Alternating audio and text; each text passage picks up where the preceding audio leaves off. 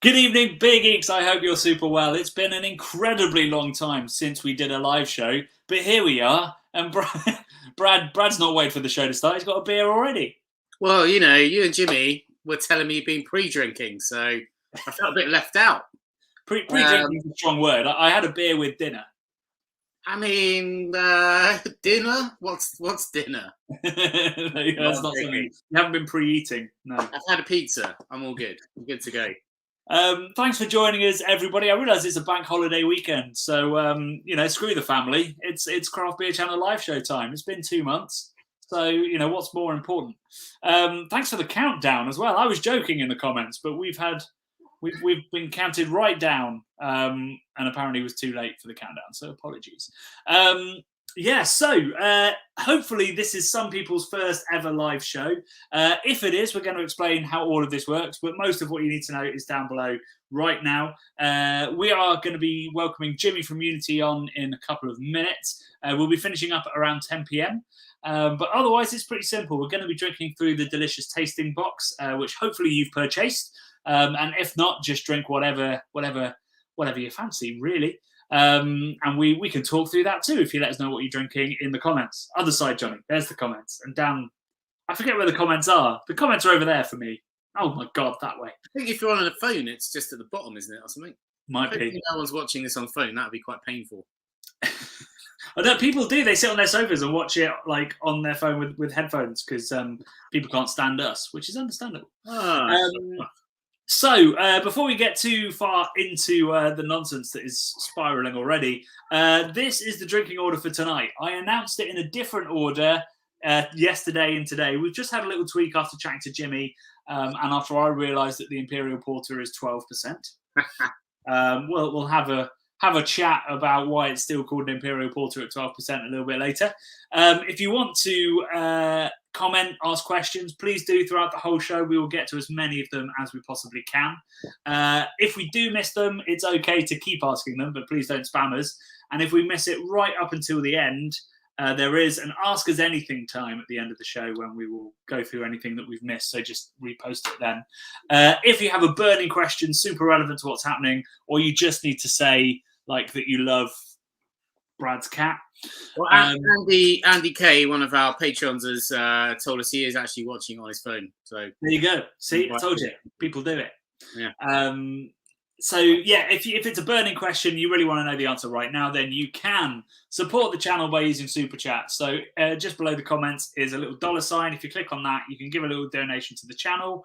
It goes straight to the running of this. And we'll answer your question at the next available opportunity, and it just flags it so that we can't miss it. So yeah, if you want to do that, really appreciate anything you can throw our way. That's how we make our money through this, the advertising and some sponsorships. And of course, you can join our Patreon for $1 a month, and you get to join our Patreon forum. And hopefully, helpful people in the comments right now will be telling you how amazing our Patreon forum is. It's super welcoming, super open, lots of fun.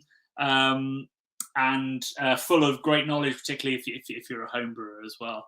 I learn from the Homebrewing channel every single day.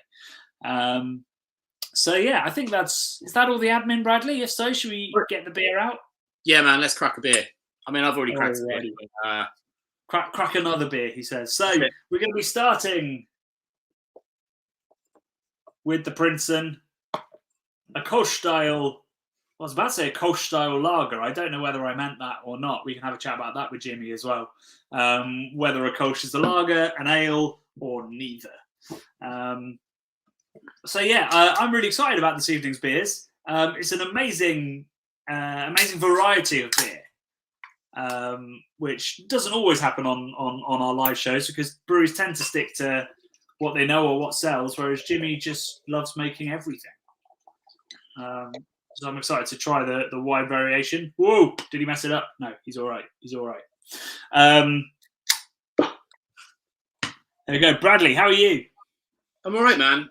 I'm in my head now. Like I'm having a sort of Homer Simpson moment where I'm just that free. Is it called Free Princess? That song is going around in my head.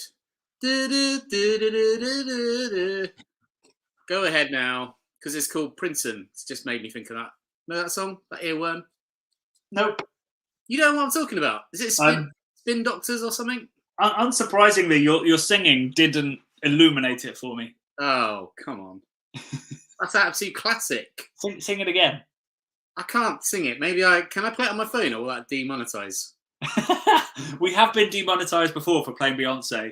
That's true, actually. Well, that's one good thing about me not being able to sing. The algorithm won't recognise it if you can't recognise it. There we go. Yeah. Cheers, guys. Thanks for joining. 2 Princes. Cheers. There we go. M&O's. I'll listen to it afterwards, I guess. Right. Okay. So let's have a quick look through the comments. Say hi to everybody, and then we'll be bringing Jimmy on.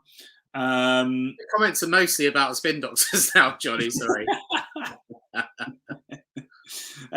Barry George fan club says, "Here's to another excellent night." Yeah, man. Welcome back, Barry George fan club. Been a while. Ian Buchanan is brewing right now. Ooh. What are you brewing, Ian? Tell us what you're brewing. I love that you're listening to this, watching this, and brewing. That's awesome. Andy K is watching on a phone. We've had a super chat, Johnny. Oh, bloody hell. Okay, I'm coming. Callum Trimble says 12% is a tad risky. Risky boys. There we go. Oh, thank you, Victorian. Victorian? Blimey, Victoria. Prost. Oh, that's super good. Really lovely and fruity, and then dry and bready. I love that. That's beautiful to start, isn't it? You love it.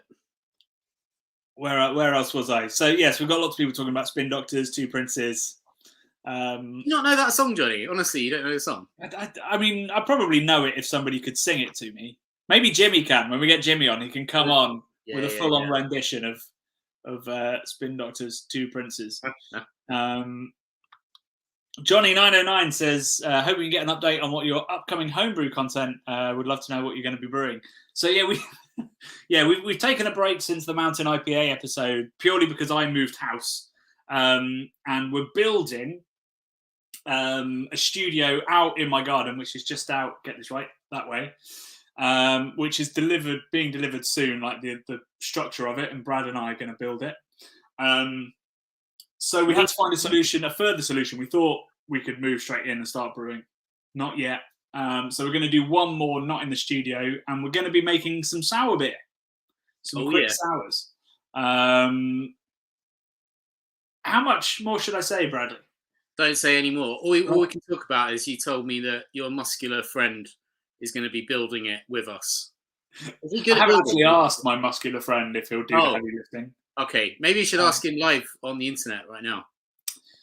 Chris, my muscular friend, if you're watching this, and I know you're not, actually, I'm seeing him tomorrow thinking about it, so I'll ask him then, but I'll show him this and say, Chris, please hold up the walls while Brad drills them and I film it. That's it. That sounds weird, but yeah, I like it. So we'll be brewing some sour beer. That's our next one. And then once we actually build the studio, we have by far the most exciting homebrew. It's a collaboration with one of the best breweries in the world. We'll be making an IPA with them. We've started filming it already because it's a big one for us. I cannot overestimate how big and amazing this collab is. And hopefully that'll be with you sort of October time. So that's where we're at. People enjoying the books behind me? They've got some good vision there, Johnny, because they're all very blurry. So good. I need to get my face out of the way. Good effort, humans. You're obviously not robots that you can distinguish a blurry cover. You're not bots. That proves you're not androids or anything.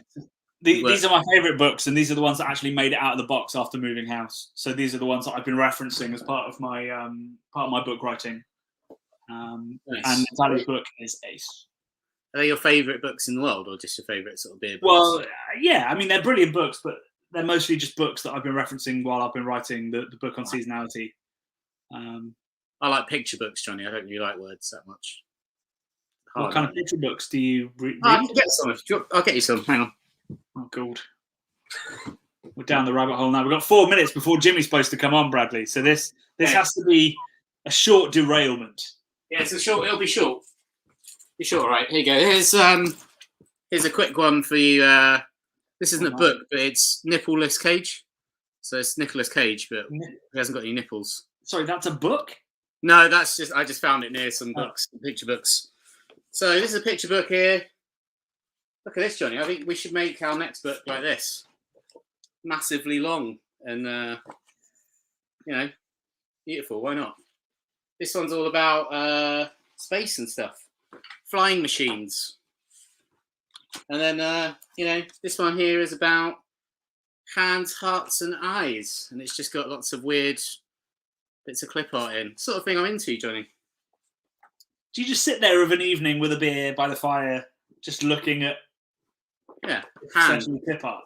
Lots of hands and things. It's my jam. You're a just sit and look at Nicolas Cage and think about all the great movies he's doing. There's actually a Do you want to go to a Nicolas Cage all-night film thing at Prince Charles Cinema? No, that's quick. No, five back-to-back Cage classics, mate. Come on. No, that does sound quite good. I mean, he's a man that has done some terrible films, but he's also done some incredible films. Yeah, hell yeah. Much like the Craft Beer Channel. Right, okay, so I think it's time that we get on with the show rather than just going through Brad's picture library. So, yes, we are joined by Unity. We've done 2 videos with Unity before. The first one was where they were doing a collaboration with Toast Ale, who are campaigning to reduce the amount of bread waste in the country by encouraging brewers to brew with it and brewing themselves with bread. That was they made a saison with some funky bread back then, and then we went back. It would have been earlier this year when they were brewing a saison with Spruce Tips. There we go, which was an absolutely delicious beer. I'll put links to those towards the end of the show tonight, so you can watch them if you haven't. But otherwise, without further ado, let's welcome Jimmy to the stream. There you go. Well timed, Sid. How are we doing, man? Good. How are you guys doing? Great. Okay, it's been about as unusual a start as I expected. Sweet. To be honest. Right. Well, I guess we should start by just asking about Unity and where it came from and what your background is, in case people don't know. The long story that I obviously need to make short. So we started nearly exactly 5 years ago. It's our 5th birthday party on the 16th of October at the tap room. Put it in your diaries. I'd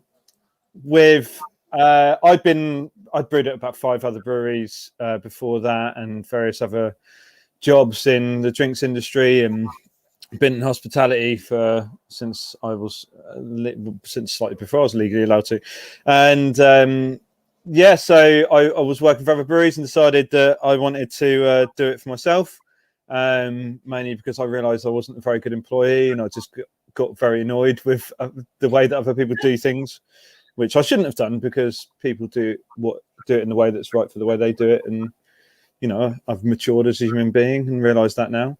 But it meant that I started Unity, which, to be fair, is a good thing. See, I've already started waffling, haven't I? And doing the long answer. I'm enjoying this idea of like the Jimmy Rebel Without a Cause early 20s phase, where you're like, you're not the boss of me, except you are. The boss of me. Actually the boss of me. Yeah.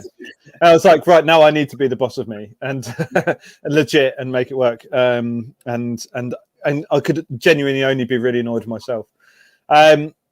So I guess Unity really started when my dad took me to Belgium when I was 19. And it changed my whole understanding of what a drink could be, and how exciting that was for me. I wasn't really into food or whatever. I could cook a little bit and all the rest of it, but I drank a bit of local real ale because it was just cheaper than the lager that my mates were drinking.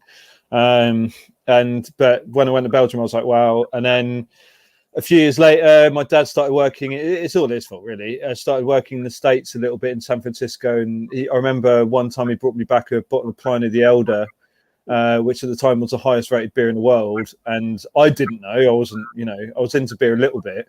And And he didn't know. He was like, "Oh, this is what the locals are drinking." And you know, I mean, he took me to Belgium when I was 19. He was into beer a little bit. I was working in the wine industry at the time, and I was drinking this bottle of Pliny the Elder on the train way back from Southampton to London, where I was living at the time. And I was like, "Oh shit, this is properly good." So that totally just meant that anything Belgian or influenced or you know, yeast esters and all the rest of it, or anything with loads of hops in it, was my jam. And that kind of led to me home brewing. And I was, you know, as I was saying before, I worked in wine, so I was developing my palate. And then just started working for a few breweries. Started Unity because I wanted to make twofold really, because I wanted to make the beer that I wanted to make in the way that I wanted to do it, but I also wanted to celebrate what I love so much about the beer industry. You know, I'd worked for a few stuffy old breweries that were very closed-minded, and it's not what I love about great beer and the brilliant people, you know, that are in our industry. And what beer is, you know, it's a sociable thing. It's what brings a lot of people together, and it always has done for me. And so I wanted to do that, and I wanted to really celebrate that. And so those two things collided, which is an accidental pun for one of our beers, collision. But and so Unity was born really off the back of that. So we started with a bit of a focus on Belgian influenced beer and also New England style hoppy beers. But I mean, the reason for that is and the thing that ties it all together is yeast, really, and a love for yeast esters and how simple and complicated they can be at the same time, as like lifting a beer from being, you know, it can make a beer that is simple and that is a thing that is just a facilitator of good times, you know, and the lubricant that is in the background when you're having a nice chat with your friends and all the rest of it in the pub, or it can be the thing that you sit with of an evening, go, oh, I'm getting this and getting that, and you know, it can be really exciting. So it's both those wonderful things, and that's why we love it, and that's why Unity exists. Kolsch, I think, is a great example of that, because we think of it, I think most people think of it as kind of a lager, but when you get the aroma on the Prinsen, it's an entirely kind of different thing. There's so much more fruitiness to it, and that's mostly down to a switch out of yeast and therefore a bit of process. Totally. As well. Yeah, I mean, so you think so the base beer of Prinsen is very similar to a normal lager. So we've got German Pilsner malt, we've got German hops. I buy slightly more modern German hops. We've got very crisp, clean water profile. We lager it after it's been fermented, you know, after it's finished fermentation at 0 degrees for, you know, X amount of time. And so from that perspective, it's really, really similar to a lager. That's why we call it a lager beer. It's been lagered. So, but it's a top fermenting yeast, which means that it flocculates at the top. So it does most of its action at the top. You think of the pictures of a big Krausen, you know, the big foamy bits on top of a fermenting beer. Everyone's seen those pictures. That means it's a top fermenting beer, whereas lager yeast concentrates its fermentation. It drops down at the bottom and does all its goodness down there. And so if you see a lager fermentation, you don't get that Krausen at the top, really. You get a little bit, but it's not so much. And so the result of that is that its interaction with the ambient landscape above it means there he is, just on his own. There I am, just on my own. So basically, long story short, it means that you get a more fruity ester profile, which an ester is a flavor and an aroma that a yeast produces, essentially, in simple terms.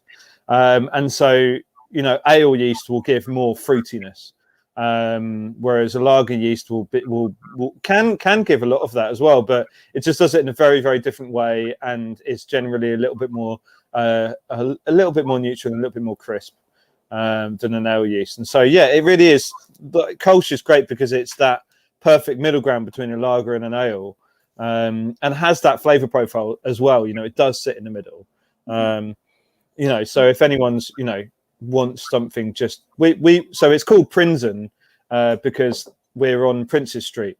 So our brewery is on Princes Street in Southampton. And so Prinsen being the German for princes. And so we brewed this beer specifically just for our tap room originally, but then we decided just to roll it out to everyone.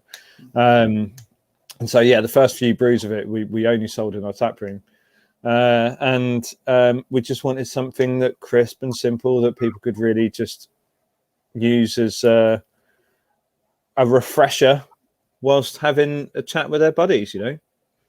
Seems like that happens a lot. Like you've got sort of Deo with their Tappy Pills, which was just keg to start with, and then has been rolled out. So it feels like it's sort of a passion project of the brewer and an understanding by the brewery that you need something crisp and clean and pintable in a pub, sorry, in a tap room, and then the love of it grows to the point where you're like, oh, maybe we should send this out. Maybe everyone needs this. Yeah, exactly.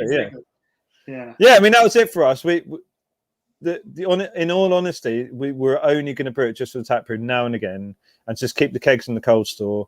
But I was like, no, this is great. I'm really enjoying it. I'm sure. Like, I think it was like the first summer that we brewed it.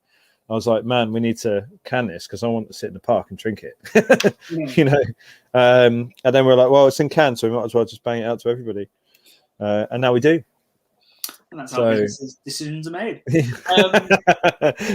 That's how we roll. Sean Brewer asks as to why it's called Unity. Yeah, I mean, I think it's sort of partly us answered that question a little bit with talking of the origins of Unity, and it's about people being together, you know. I mean, beer's really unique in that it unites multiple ingredients to create a beverage that unites people. If you ask me, you know, it's beer is an inherently social drink. Its design, its evolution has been in the pub and with people drinking together. You know, and that is reasonably that's pretty unique in the world of drinks and alcoholic drinks, especially. How important it is where you're drinking it has become to what you're drinking, and just uniting ingredients and uniting people. And you know, I've had my own politics, which I guess would sit on the left end of things, although I don't really assign to any particular party or any school of thinking, but it's about we're all much stronger together and we can have a better time, make better drinks, have a better life and do more incredible stuff. And, you know, like my brewery, we're 10 people at Unity now. And it's about those people as much as it's about me who started it. And, you know, and it's about the people drinking our tap room, just the other side of that door there. And as much as it is about anything else. So that's again the slightly waffly answer. No, it's a great answer because I think often when people answer that question, there's like a moment where they go, "Oh, well, it was this or it was this or that," and it's kind of nice to just be like, "Well, no, it was a million little things that kind of coalesced around this one word that we or you thought really works for it." Yeah, and I mean that's it really. Is that it was when I was deciding what would be called. I literally wrote down all of the things that I want to be, you know, as a brewery, and that we care about and that we are interested in, and what makes us who we are, and the thing that was a constant were synonyms of unity, you know, and there was just a million different words, and half of them became beer names eventually. But you know, yeah, it all just came back to that, and it was funny really because it's quite a common word that's used and misused many, many times by lots of people. And I don't know if that's a good thing for us or a bad thing, because it is such a common word, but it was right. You know, I could have called it Coalesce, or I could have called it Conflux, which is our sort of flagship beer. But it just seems right. So, yeah, there we are. Ooh, I wanted to. I'm a drunk driver in control of these banners. Apologies. Oh God. The haunted coachman who says he's 5 minutes away from Unity. Firstly, why aren't you in the tap room? Secondly, he said the boxes are a bit more expensive than they were. I just wanted to address that the boxes are now free postage. So I don't know, that doesn't make any difference to someone who's down the road, but it makes a lot of difference to the people that are not in Southampton. So they're now actually about £1.50 cheaper than they were before if you're getting them delivered to your house. So I know they're a little bit more expensive for him, but he can also pick up all of those beers from the tap room for cheaper. So if you're 5 minutes away. So I'm just trying to be more, make it fairer for everybody. And if you've got a problem with it, the door to where Jimmy is right now is just on the left. Come into the tap room. I'm always up for a nice chat. No, I don't know who it is, but if he's 5 minutes away, then I'm sure I know his face, and then it's all bants, and I've no doubt. Jibber jabber. We digress. Any jobs going? Any jobs going? No, we're only 10 people because we can't afford to employ anyone else. There you go. How much? Actually, no. I'll save that question for when we do the tour in a beer's time, and we can ask about your capacity and plans for growth when people can see the scale of it and the beauty of it. Thank you. Yeah, right. Well, I don't know if everybody else is ready, but I'm ready for beer number 2. Oh shit, you are. So I think we should do it. I made the mistake of this is a 2/3 glass, not a pint glass, by the way, Johnny. I wasn't going to judge. I've got the tap room's just there, so I'm drinking fresh draft. But I've got a whole one. Good for you. So have you got to run and get another pint poured? I do. What we're drinking next? Preserver, isn't it? No, is it? Yeah, it is. Yeah, Preserver. It is. There we go. Now drinking. Thank you very much. Well, we're not drinking it yet, but we will be. I'm gonna. So I go and get one now. Yeah, go for it. Go grab it. I'll do it. Number 3 there. It's like a really, really boring challenge, Annika. Or supermarket sweep. Annika used to wear a lot of yellow as well, actually. So Jimmy looks like a sort of hairier, more becapped version of Annika Rice. I just want to point out, for anybody that doesn't believe that Brad and I are best friends, he bought me this out of the goodness of his heart for no reason, and then obviously designed these amazing things, which we gave. Was it last Christmas as our gift? Yeah, they were our Patreon gifts last year. Yeah, they're the industrial signs that which are ace, and we still have a couple left. And we have worked out an ace Christmas present for Patreons. The $10 a month and up get a Christmas present every year, and we've just worked out what it's going to be, and it's ace. Right, where is my preserver? Hold up your one again. Oh God! Well, I was going to get beer out, Brett. Oh, I got we've got the same one, but yours is a little bit smaller. Or is it? I actually prefer that the colour of yours is beautiful. It's a lovely green. But yeah, we've got the same one. Look at that. Cooler buddies. And we've got some sick cooler-based content coming, haven't we? Oh, hell yeah. We won't go into that, but I might have secured one of the top sort of performing coolers in the world to review at some point, yeah. There we go. Right. Jimmy is back, and the beer is in our hands. So red. There we go. So tell us about Preserver, Jimmy. So the Preserver series, this is number 3 in the series. We just started it at the start of this year after kind of really nailing in on our quick sour beers. They're not kettle sour beers. We don't sour them in the kettle, so I won't call them kettle sour beers. Last few years, we sort of really nailed in our process because we don't get to brew them. We didn't get to brew them that often. And then we're like, I really, really dig the way that we're making these beers, and because we kind of found our own way of doing it.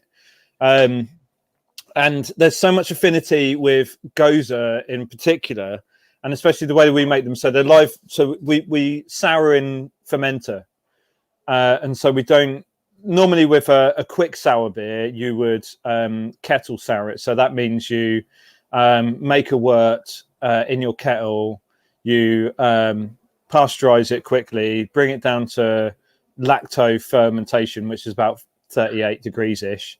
Add the lactobacillus, let it sour in the kettle, and then boil it so it kills the lactobacillus essentially, and then you transfer it to fermenter.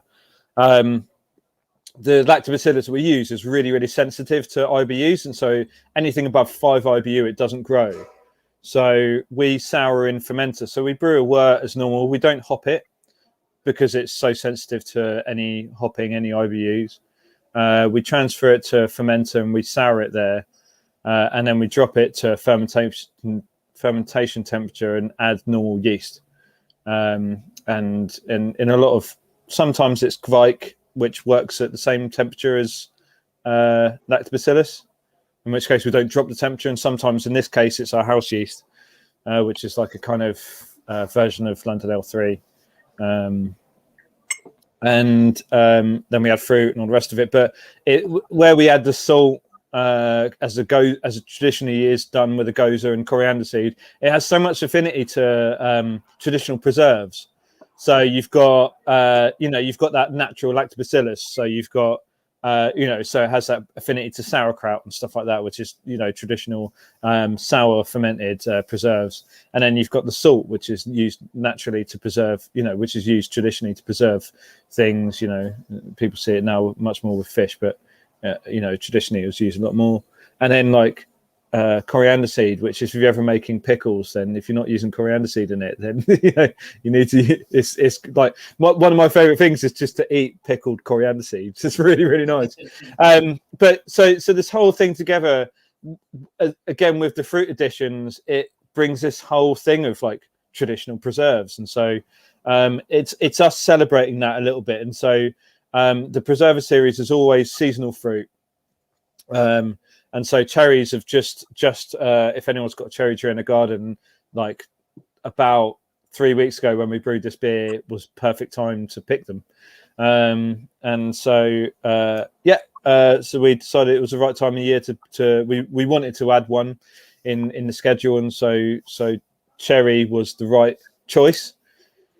And I guess that's the background to the beer. It's a really nice, clean little sour beer. It's pretty simple. It's not a triple fruited goza. It's not like it's not one of those more smoothie like sour beers. It's a summer. I mean, I say it's a summer refresher. We've had the worst summer ever, but if it was sunny, it would be brilliant. But also, if you like cherryade and like cherry sweets, it's the one for you. Yeah, it's got a really a real candy vibe. Like there's seems to be like vanilla on the nose, and then loads of sweet glacier cherry, and definitely some richer sour notes to it as well. Yeah, sour cherry notes to it, and then it's a big old aroma, but it's really light and kind of fluffy and zingy. It's really, really lovely. Cool. Yeah, our yeast. So we fermented this with our house kind of IPA yeast, which throws a little bit of a vanilla kind of note, and has a little bit of it gives a little bit more body. So yeah, it's like it's just cherry, isn't it? It's just nice cherry sweets. So it's like pretty much. Yeah, it's just really fun. It's just a really fun beer to make. That's one of those ones where you don't have to, I really love making beers that are just fun sometimes, that you don't have to kind of, I can tell you, I can make it really complex if you want and tell you, like I'm talking about the traditional preserves and the way that we sour our beers and the fact that it's live lacto. It's almost a probiotic yogurt in a lot of ways of a beer. Well, somebody's already said it's like a very nice cherry yogurt. There it is. There you go.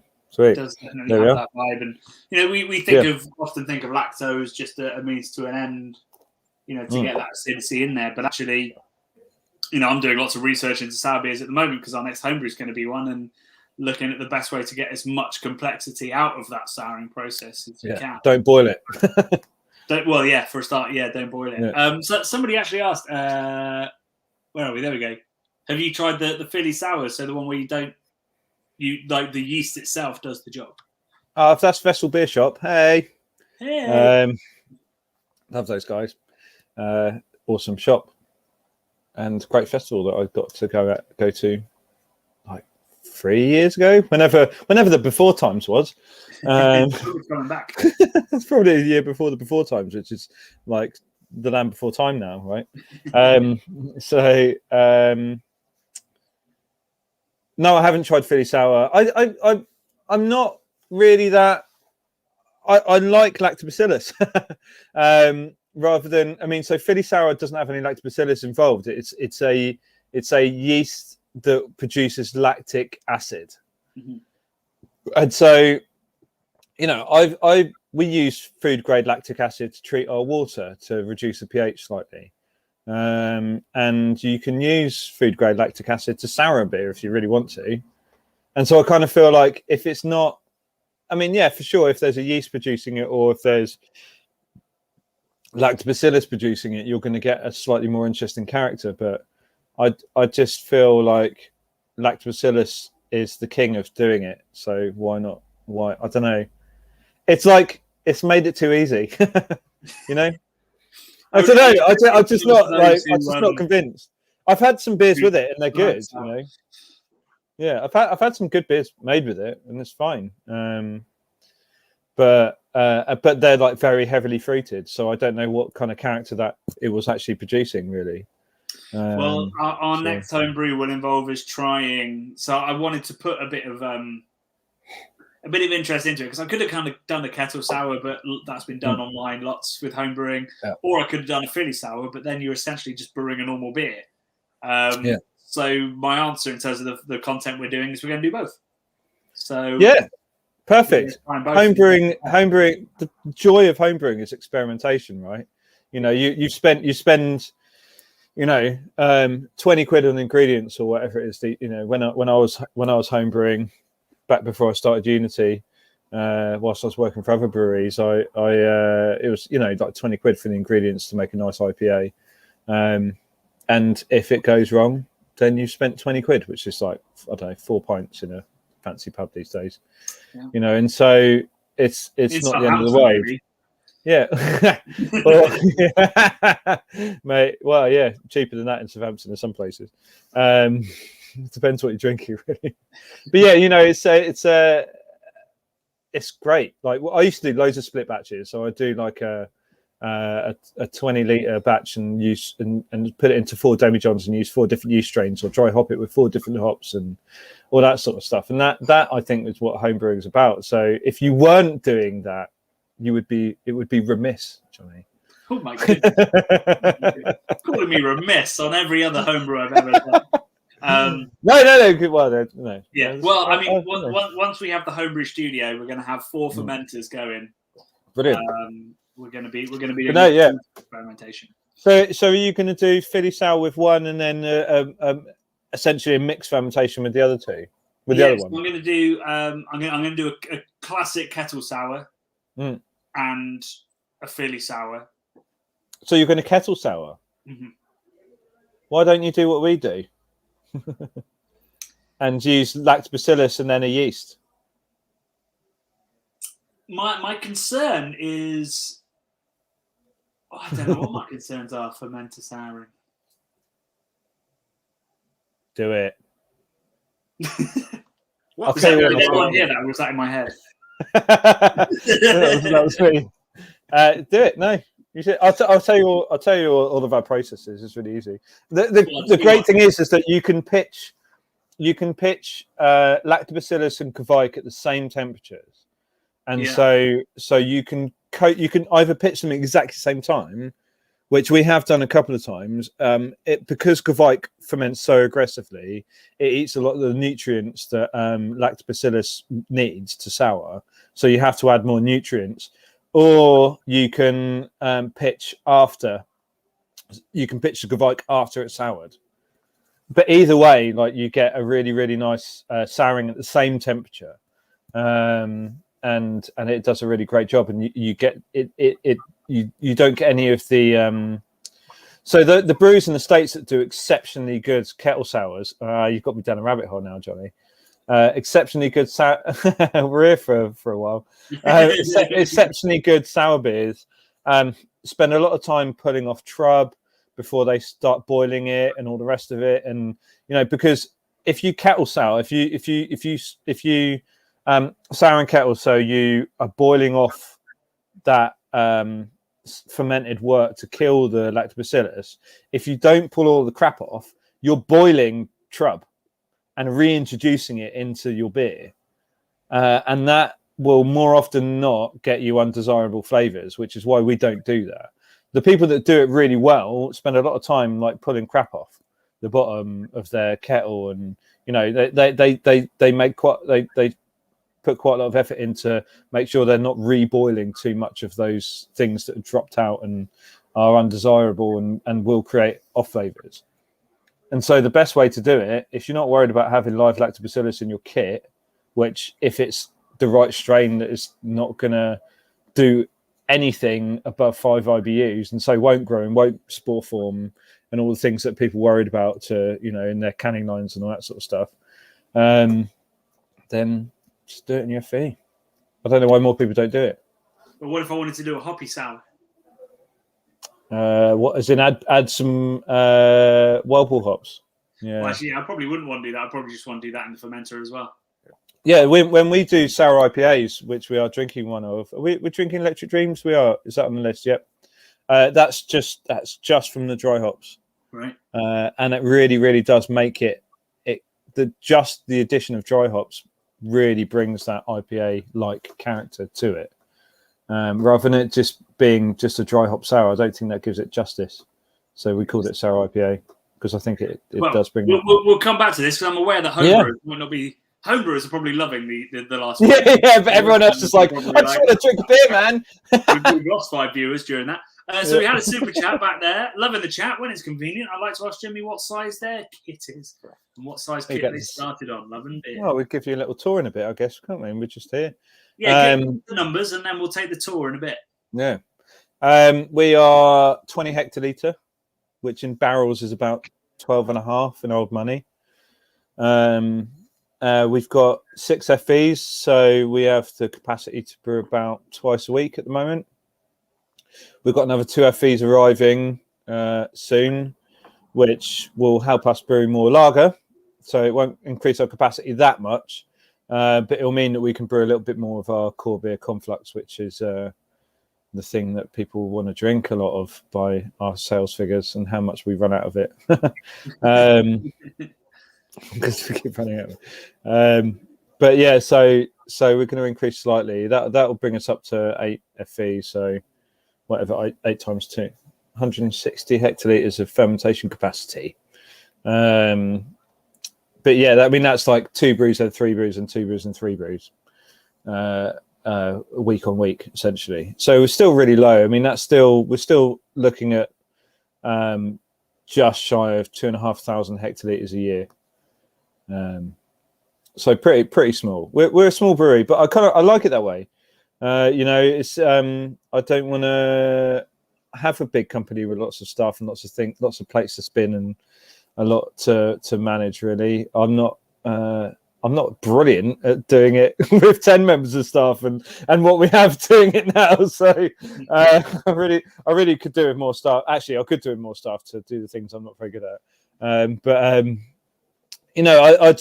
I want to remain small and I want to grow organically and I want to do it all for the right reasons. For me, running a company is about the staff I have earning enough money to do the things they want to do and support their families and feel good about what they're doing, and not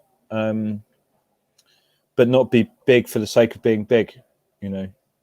I could get X amount of export deals or this, that, and the other if I really wanted to try and be double the size we are and sell to supermarkets and the rest of it. But I'm just not really fussed about being that big. So I just don't think there's a need for it. Are you still quite involved on the brewing side and stuff as well, which would be harder to do? Yeah, exactly. Yeah.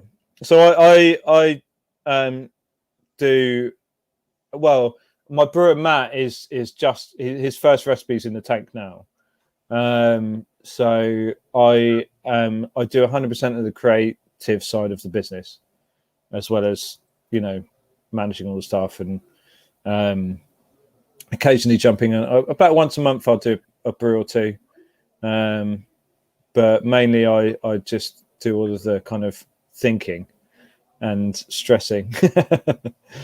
Thinking and stressing is what I spend most of my time doing. But yeah, I write all the recipes. I deal with the creative side of it, and constantly in touch with every member of staff, and, you know, kind of managing that really, and then looking at our accounts a lot.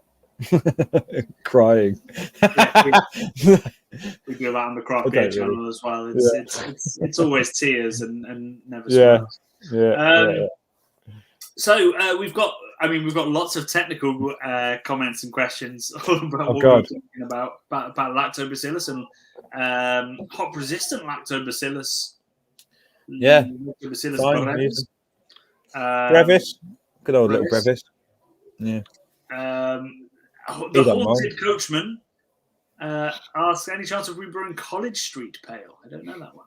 Yeah, so College Street Pale was a beer. So in Southampton, there's a planned new development not very far from us, of basically a box park not far from the docks in Southampton, which obviously has a great affinity.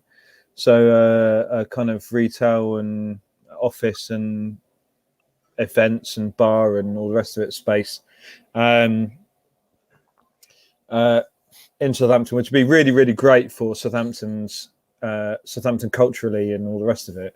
Having that sort of similar to Pop in Brixton, I guess, if you guys have ever been down there, that sort of thing. So we are helping out with those guys a little bit with their general boozery. We're gonna have so their bars and the creative side of it, and how to make sure it's you know, gonna really shine for the local people in Southampton. And so yeah, it's going to be called College Street Yard. And so we brewed a pale ale when their crowdfund was set to start, and then the council put a bit of a kibosh on it, so we've had to wait a little bit again. But yeah, we brewed that beer to get a bit of awareness around it, and we'll be brewing it again once they have the 100% okay for all of the loops they're trying to jump through to make it happen, for sure, and making a bit more of a song and dance about it as well, because I think it's going to be sick. If they pull it off, it'll be a really brilliant thing for Southampton. There you go. So yeah, fingers crossed. Jibber Joe wants to know. Sorry, his wife wants to know who designs the artwork. We have a designer called Matt Canning, who's a legend. He does all of our artwork for everything. So every little bit of design that we do, he's our man. Yeah. Yeah, it's really, it does loads of different stuff, but we kind of give him a bit of free rein on what he does with things. To be fair, we kind of say what the beer is, what the name is, you know, what the story behind it, and he just runs with it. So yeah, exactly. Particularly like this one, the Electric Dreams one. Yeah, it's cool, right? Yeah, Ferrari and sort of 80s, amazing. Very kind of Tron vibes. Very Tron. Yeah, it's cool. He's amazing. I mean, so Matt Canning is a guy that I've known from music in Southampton. So I've played in bands in Southampton and stuff for, you know, since I was a teenager. And he used to play in a band called Dead and a couple of other bands. And fingers crossed they're playing our 5th birthday party, reforming for it. It should be amazing. And so he played a couple of little gigs at our old space. So we used to put on a little bit of live music in our old taproom space, which was basically a little pop-up bar every Friday and Saturday in our old brewery. And I was chatting to him. This is a couple of years after we started, and sat to him and he was like, "Oh, I'm a designer." I was like, "I have no idea." And he was like, "I'd love to do one of your labels." I was like, "All right, cool. Well, here's a brief for one of the one-offs that we've got. Why not? Chuck us a label. I'll give you, a couple of cases of beer for it." And he's like, "Yeah, cool." And I was like, "Shit, that's really good. Do you want to redesign our whole core range?" And so now, it just kind of stemmed from that. He did a few more, and I was like, "Yeah, brilliant." Because before that, I was doing it myself. So, when I was, in my youth, I used to do like gig posters and stuff like that for mates and things like that, and know my way around of design software. But I'm by no means professional or extreme or particularly inspired. And so the stuff that we were doing was functional. It gave a vibe, and it worked for what it was, but it wasn't going to take us anywhere. It wasn't really speaking a lot about who we are so much. And then when he started doing his artwork, it was just like, this is our vibe. This is what we want to get across to people, that element of fun and that kind of pastel color palette that we have. And it was just the right fit for what we're trying to communicate. Matt Canning, we share some stuff. We occasionally at him on our social medias and stuff like that, but he's got an Instagram account that is mainly just our label artwork, to be fair, but because it forms most of the work that he does. It's cool. Yeah, somebody is available for hire. Which Pavement album was it? Wowie Zowie. Oh, Wowie Zowie. Okay. Yeah. Album. So it was a Matt Canningized version of Wowie Zowie. Was our West Coast IPA that we brew a couple of times a year, and it every time we brew it, it features two different characters from our members of the team. And so the last batch was, so if you know the label artwork, there's a couple of the characters with like the dog in the front. And so we've made it so it's kind of a likeness of two members of our team, and such a good album, so the last two members of the team, it was both don't work for us anymore. But there was Tom, our old assistant brewer, who now runs his own brewery on a farm in Dorset called Bready Brewing. Exactly. It's almost as iconic as, it's almost as iconic as the Sonic Youth album. For sure. Is it good? With the It's good, isn't it? Yeah, good, and then the other guy's Max Holderness, who used to run our tap room, who now works for Double Barreled. So it was quite nice actually having a bit of alumni on the label. So are you a fan of Pavement then, Jimmy? I'm a massive Steve Malkmus nerd. Oh, I like Malkmus as well. All of his incarnations. I'm a guitar player who's just played kind of indie rock and math rock my whole life. So I love Malkmus is my boy. he is the dude. I went to all tomorrow's parties that was curated by Pavement. Oh, amazing! Incredible. It was the last ATP festival I think ever. Oh, shit. And it was amazing. Yeah. Still got the Pavement poster somewhere with all of the stuff. Oh man, I would love to know what the lineup of that was. I bet it was actually the best thing I saw there was a band called Boris. Yeah, okay, I've heard those guys. Yeah, they're great. Boris from Japan. Like mental. Yeah. I think it was. That's right up my street. Yeah, man. Like Boris was. I think I saw Ketatonic. I don't know what they're called. The Israeli dudes. It's like a two-piece, a bit like Death from Above. Ketatonics or something. I can't remember what they were called now. I don't know actually.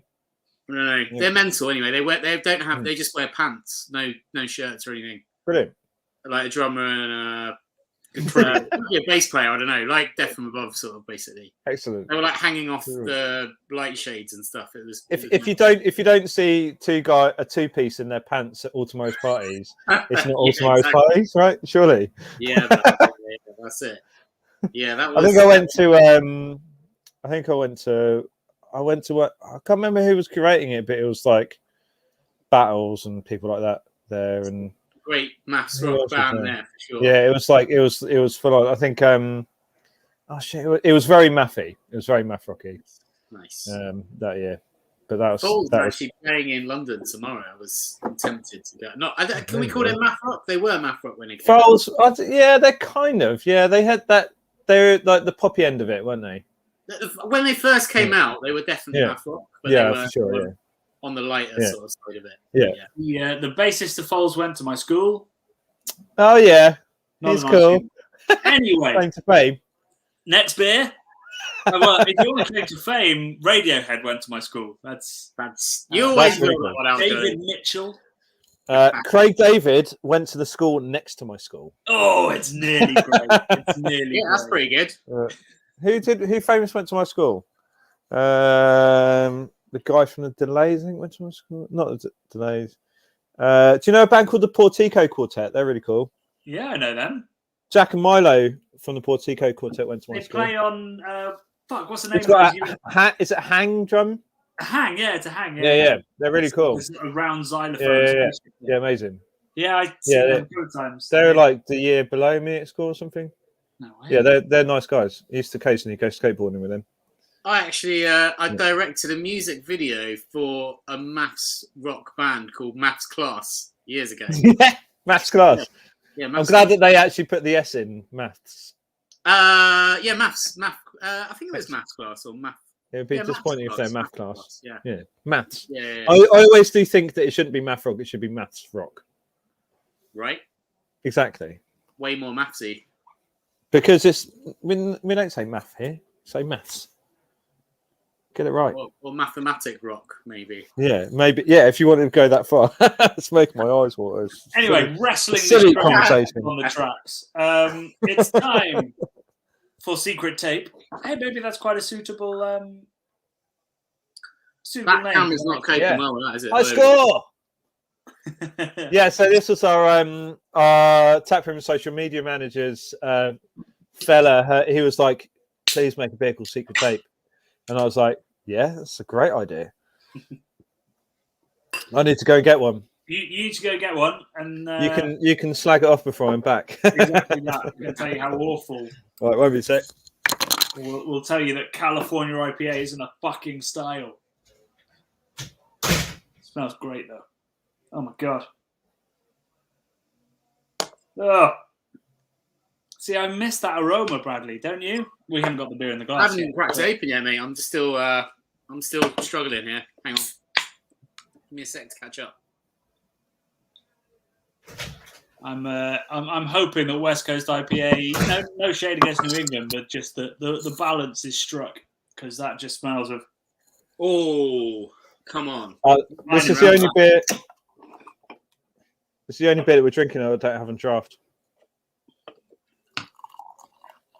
It tastes and smells great, Jimmy. Now, okay. As soon as you put the headphones down, I said California IPA is in a style. Prove me wrong. What is a California IPA? It's West Coast IPA, isn't it?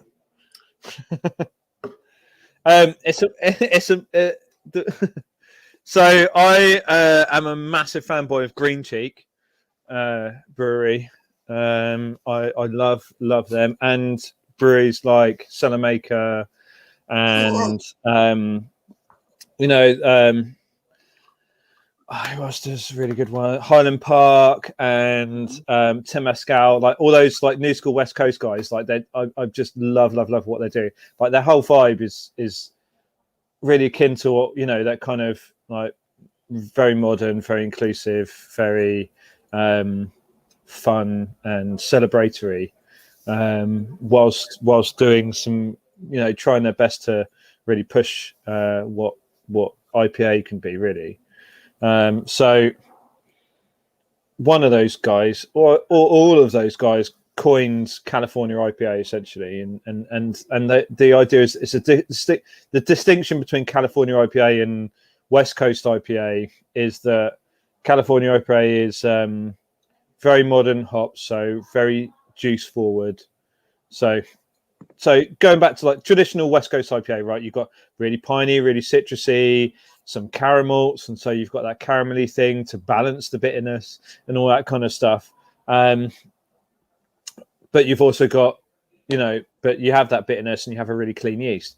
And so California IPA kind of flips on its head. So you've got clean yeast, kind of West Coast water profile. So and you've got some bitterness there, and it's really crisp. But then you've got super pale malt backbone. So there's like no caramels, anything like that in there. Maybe a little bit of dextrin, maybe some wheat or something like that, just to give it some balance. So it's really pale. And then loads of really, really like hopped, almost like a New England IPA, late hopped.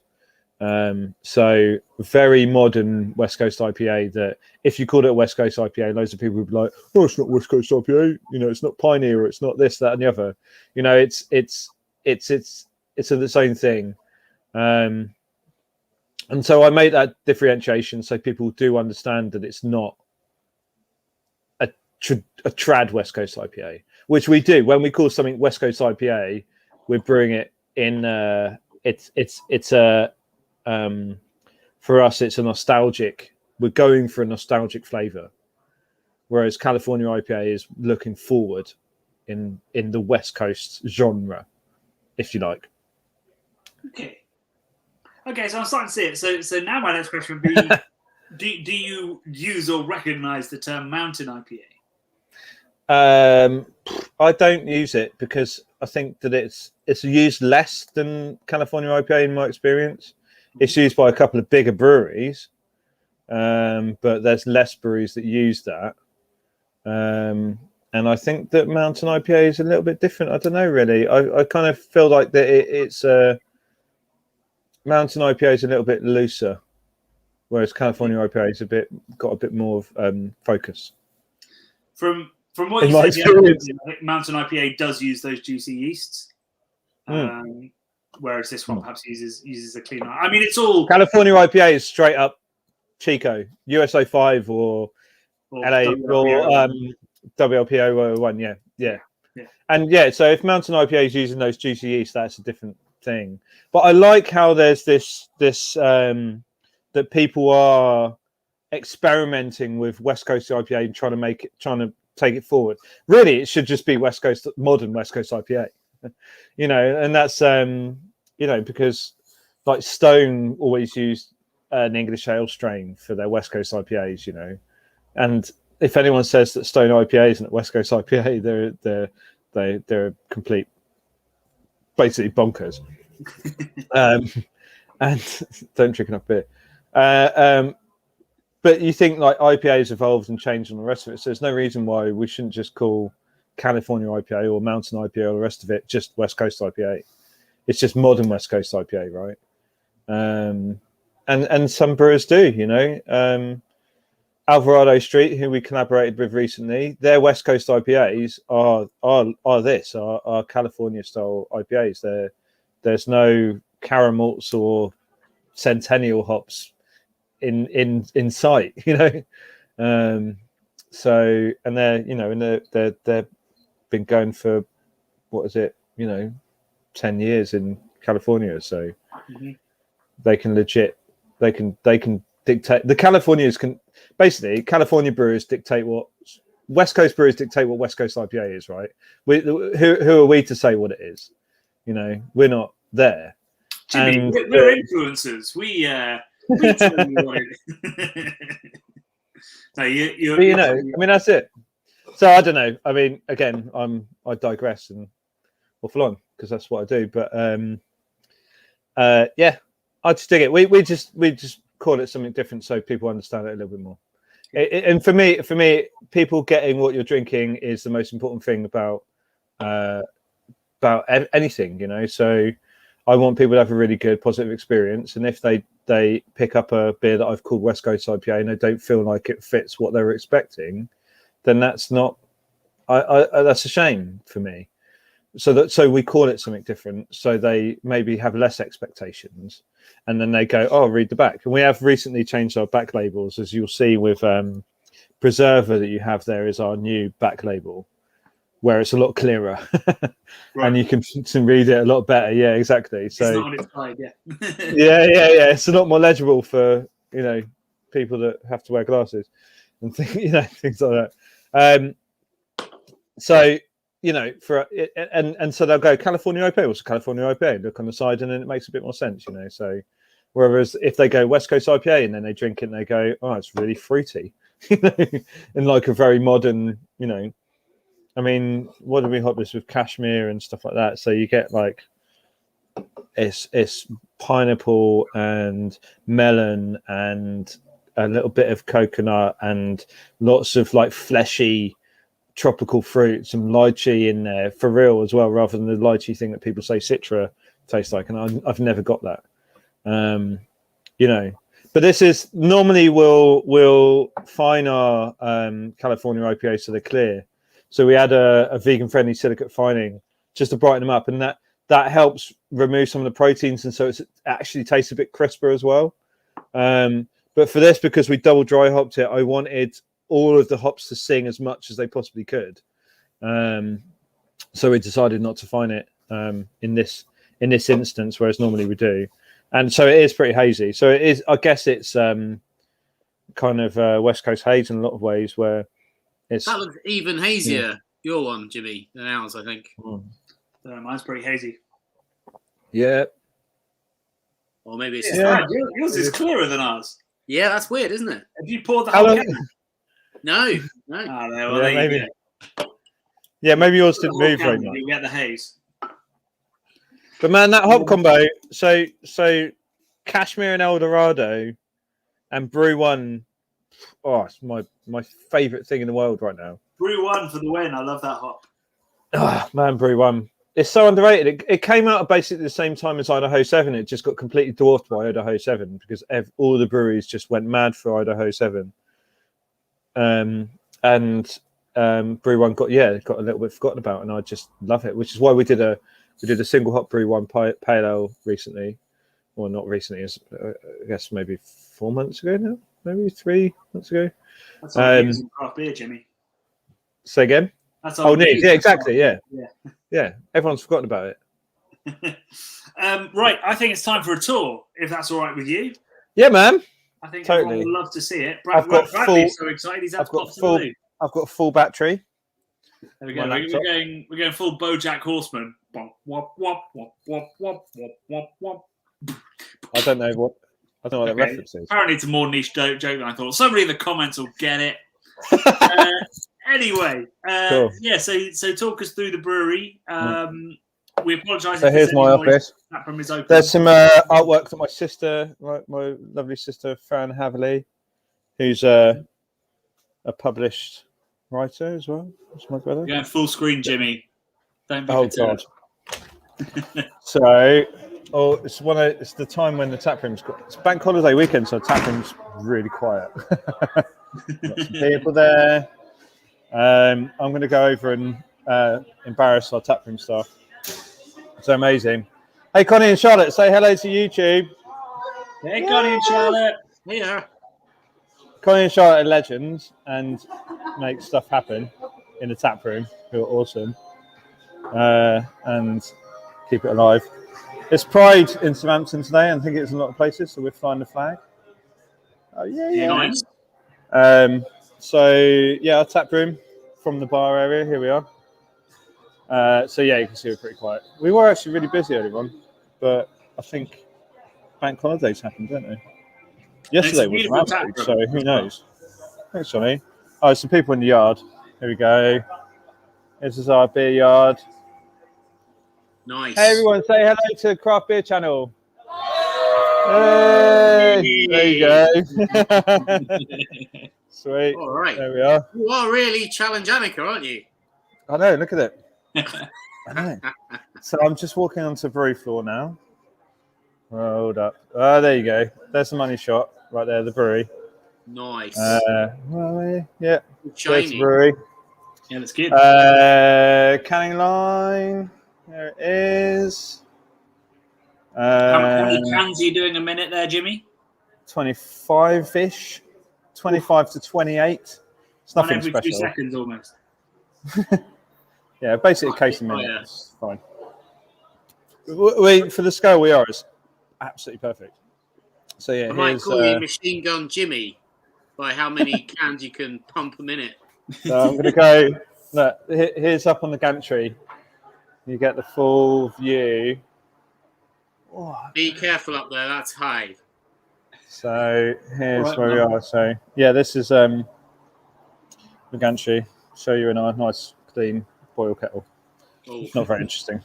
I did like a virtual tour for somebody once during lockdown, and they were like, "Stop moving around so much because you're making me really dizzy." So just say, so here's our fermentation area. What's in at the moment? Anything exciting? Tularosa, which is our brewer's first recipe with us, which is a white IPA. You don't hear about white IPAs very often anymore, do you? No, you don't, do you? But they're great. So yeah, loads of orange, 2 different types of orange zest. So peel and zest, coriander seed, Amarillo, Hallertau Blanc, some other hops. Juicy, goodness. It tastes great. Is it pickled coriander seed?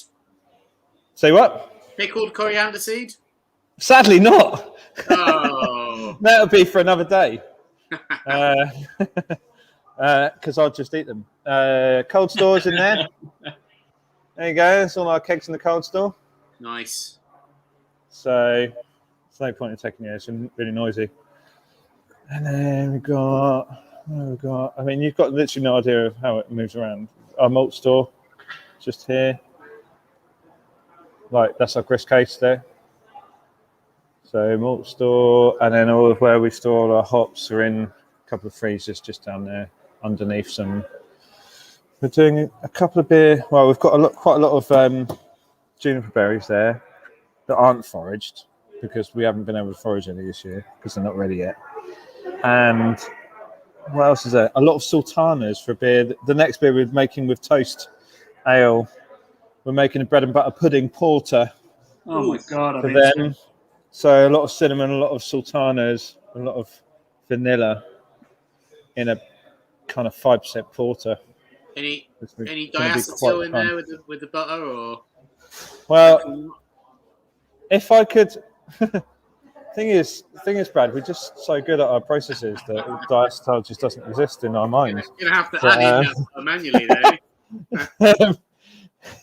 You know. Apparently, according to some records, and I may be told off for this, that some breweries used to use yeasts that produce diacetyl to create more body in their stouts. Oh shit! Where did I put my beer? Hold on. There we go. There we are. Thank you. Yeah, so I reckon Diac in a porter is probably all right, actually. Like that butterscotch thing. Yeah.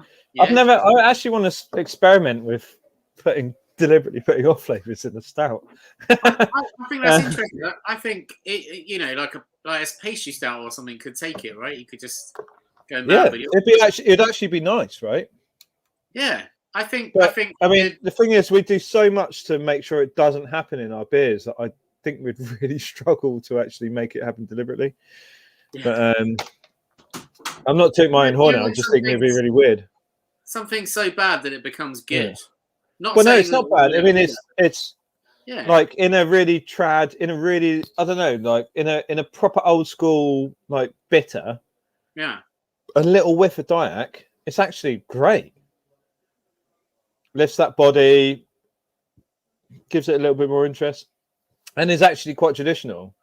So it's the same as like sulfur in a pilsner, right? The little lick of sulfur is actually really like genuinely makes it a bit nicer. And so actually, I heard that so the Guinness yeast strain is a notorious diacetyl producer. It's anyone that uses it for their stouts. Makes a lot of effort to not get it produced more effort than they would with other strains, and that's allegedly because Guinness once upon a time did have a lot of diacetyl almost deliberately because that butterscotch buttery thing added to the body and creaminess of the beer, which it would do and probably have been quite nice, but as that became more and more known as an off flavor, they did more and more to make sure it wasn't there. Get rid. So here you go. I haven't tried. There's a homebrew video. A homebrew excuse, I'd call that. Diac stout. How to make a Diac stout at home. I haven't tried all of the different African Guinnesses, but I imagine some of those crazy strong ones they'd probably be quite good with a bit of that kind of going on. Yeah, why not? I mean, I have tried quite a few of those, and just because I spent a lot of time in South London, they're really easy to find in South London. They are easy to find in South London. You're in South London right now, aren't you, Brad? Yeah, man, I am. I could probably go and get about 5 different. I was going to say it's time for a Brad tour. Let's go. There's no Brad exactly. Whereabouts in South London are you, Brad? Catford. Oh, my sister lives in Catford. No way, really? Yeah. She lives in Durham. No, I shouldn't say on the internet where she lives. No, you shouldn't say. There's a big park in Catford. Down Hill Road. Do you know Down Hill Road? Down Hill Road. Down Hill Road. Down Hill. Oh, Down Hill. No, I don't know it, but I'm sure it's nearby. My sister lives. Yeah. Catford's not very big. But, So I'm in Catford now and again. Oh, sick! All right, I'll tweet you next time. Well, I won't. Yeah, we can go and hang out in the terrible Lane's Circus pub. That's the highlight of Catford's beer sort of. So we're getting lots of lovely comments about this beer. Yeah, don't forget if you want to go straight to the comments, then you can be a super commenter. What is it, Johnny? You nearly absolutely smashed it. Nearly. Are you trying to nick my job, Jimmy? I appreciate the effort. I'm trying to, help you get a couple of extra quid. So I do have to say, I obviously appreciate you putting us on the channel and the rest of it, and because you're you've got a huge amount of integrity, you wouldn't have done it just because we support your Patreon. But we do, and we do it for a reason, because we really think that what you do is great, and I think that it speaks to a lot of people, and I think it's brilliant. And also, I know that you wouldn't be able to do it without some of the money that people put in. So, if you do have a few extra quid and you want to get a comment on there, then why not? Yes. If you urgently want to find out something immediately that we might want to say, then just jump on. A couple of quid. A couple of quid does go far, though, doesn't it? It 100% does when there's a couple of people doing it, and that's what our Patreon sort of built on. That's why we wanted to do $1. As many people getting access to what we can do for as little money as possible was what we wanted to do, rather than say, hey, $20 for this or that. I mean, these things don't come for free. Like, there's a lot of time that's spent doing lots of stuff. Like we spend a lot of time making beer. I mean, this is my, I'm spending my daughter is currently in my sister-in-law's house having a sleepover. I could be having a lovely evening and having a brilliant dinner with my wife, but I'm chatting to you two and all the lovely people of the internet. But I mean, I love doing this, and so I wouldn't if I didn't. You know what I mean? I think it's brilliant, and I really enjoy that time. But it is time that we all spend doing stuff, and it doesn't. It's important that these things don't get ignored. Like, people expect, just put a load of content on YouTube for free.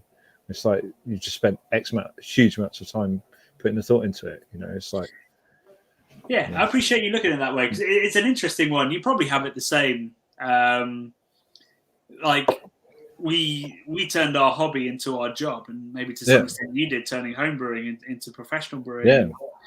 Sometimes you forget to value what you do properly. So, we give away content for free or time for free all the time, and it's because you love doing it. And then you sit down. I've got a kid on the way now, and I'm like, there you go. More money along the term for the last couple of years. I've got 2 furry cat babies that I've got to support. Those little fuckers, they eat a lot of kibble, or whatever you call it. I don't even know what you call it. It's an Americanism, isn't it? Kibble. Yeah.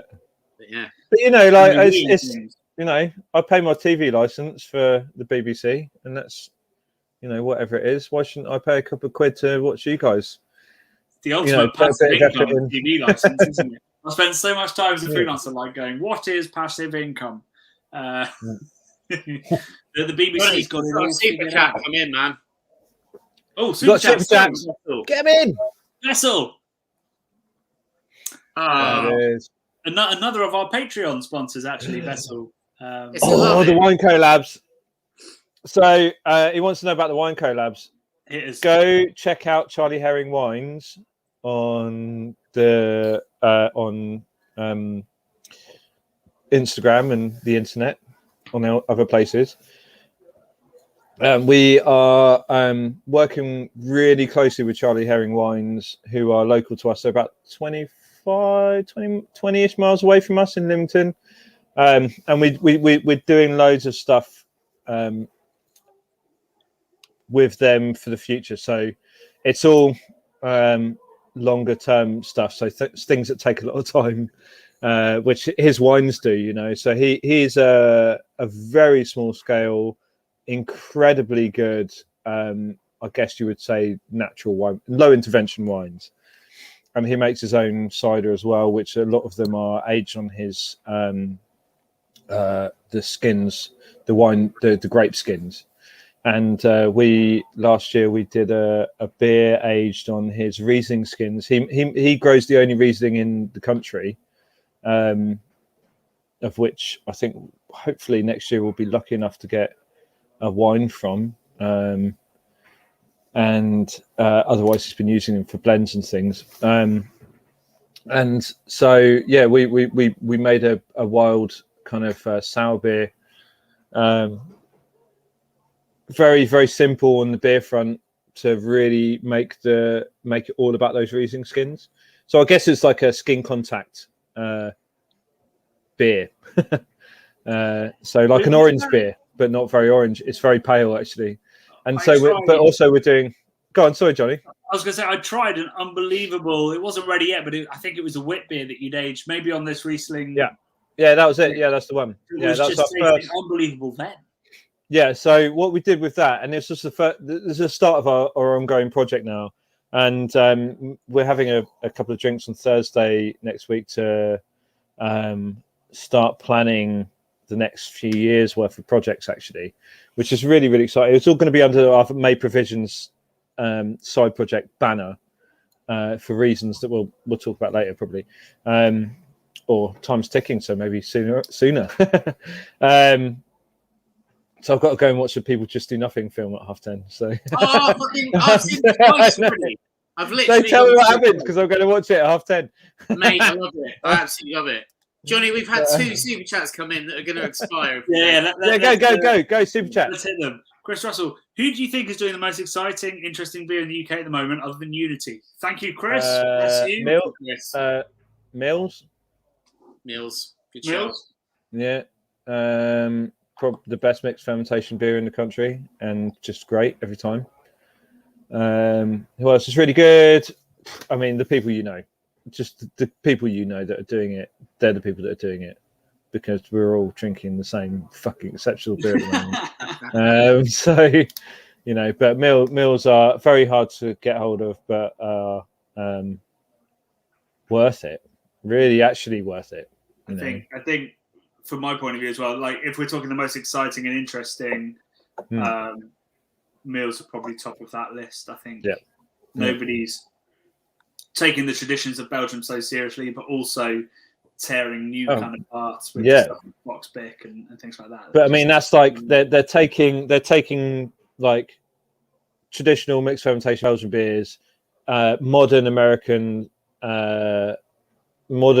sour beers, and cider production, and just smashing the shit together and just making something that is them and very wholesome and very refined. And they haven't created their hype, you know. They are just trying to make some nice beers in the middle of nowhere. Super Cat's gonna expire. Yeah. Oh, it's gone. We lost. We'll bring it. What was it though? Well, this one's not a question, but thank you so much, Victoria. I think that's your second of the night. So really, from right. Thank you very much. I like the fetus and the felines. Johnny, did you know that? We'll have to make a beer called the fetus and the felines. I mean, it sounds disgusting. It's probably, I don't think it's going to be a big seller. But there you go. It's a beautiful sentiment. Cool. Yeah, Mills. I mean, also, we were just at Daya, and honestly, the quality of the stuff that's coming out of Daya is just unreal. You know, they're not. Yeah, the guy that his mixed firm guy. Oh, what's his name? Toby. Toby, formerly of the Colonel. One of the OG Colonel guys, man. I remember him a long time ago, popping down to get some bottles off a Saturday, about 10 fucking years ago. Toby being around, and he's just like doing that thing. Like their mixed fan beers are really good. They're really, really good, and it's really nice to see more of them starting to come out. Actually, they are nailing it in terms of like modern British, like modern UK brewery making, like doing it right. You know, they're just, you know, I got into beer because I'm into beer. You know, I didn't like go, I need to get a degree, so I'm going to learn how to brew. I started because I'm really dig it and really like drinking really good beer, and so I still get really excited about what other breweries are doing. And it doesn't necessarily affect what we do because we've got our own thing, but it's just really exciting to see people do really good stuff, you know.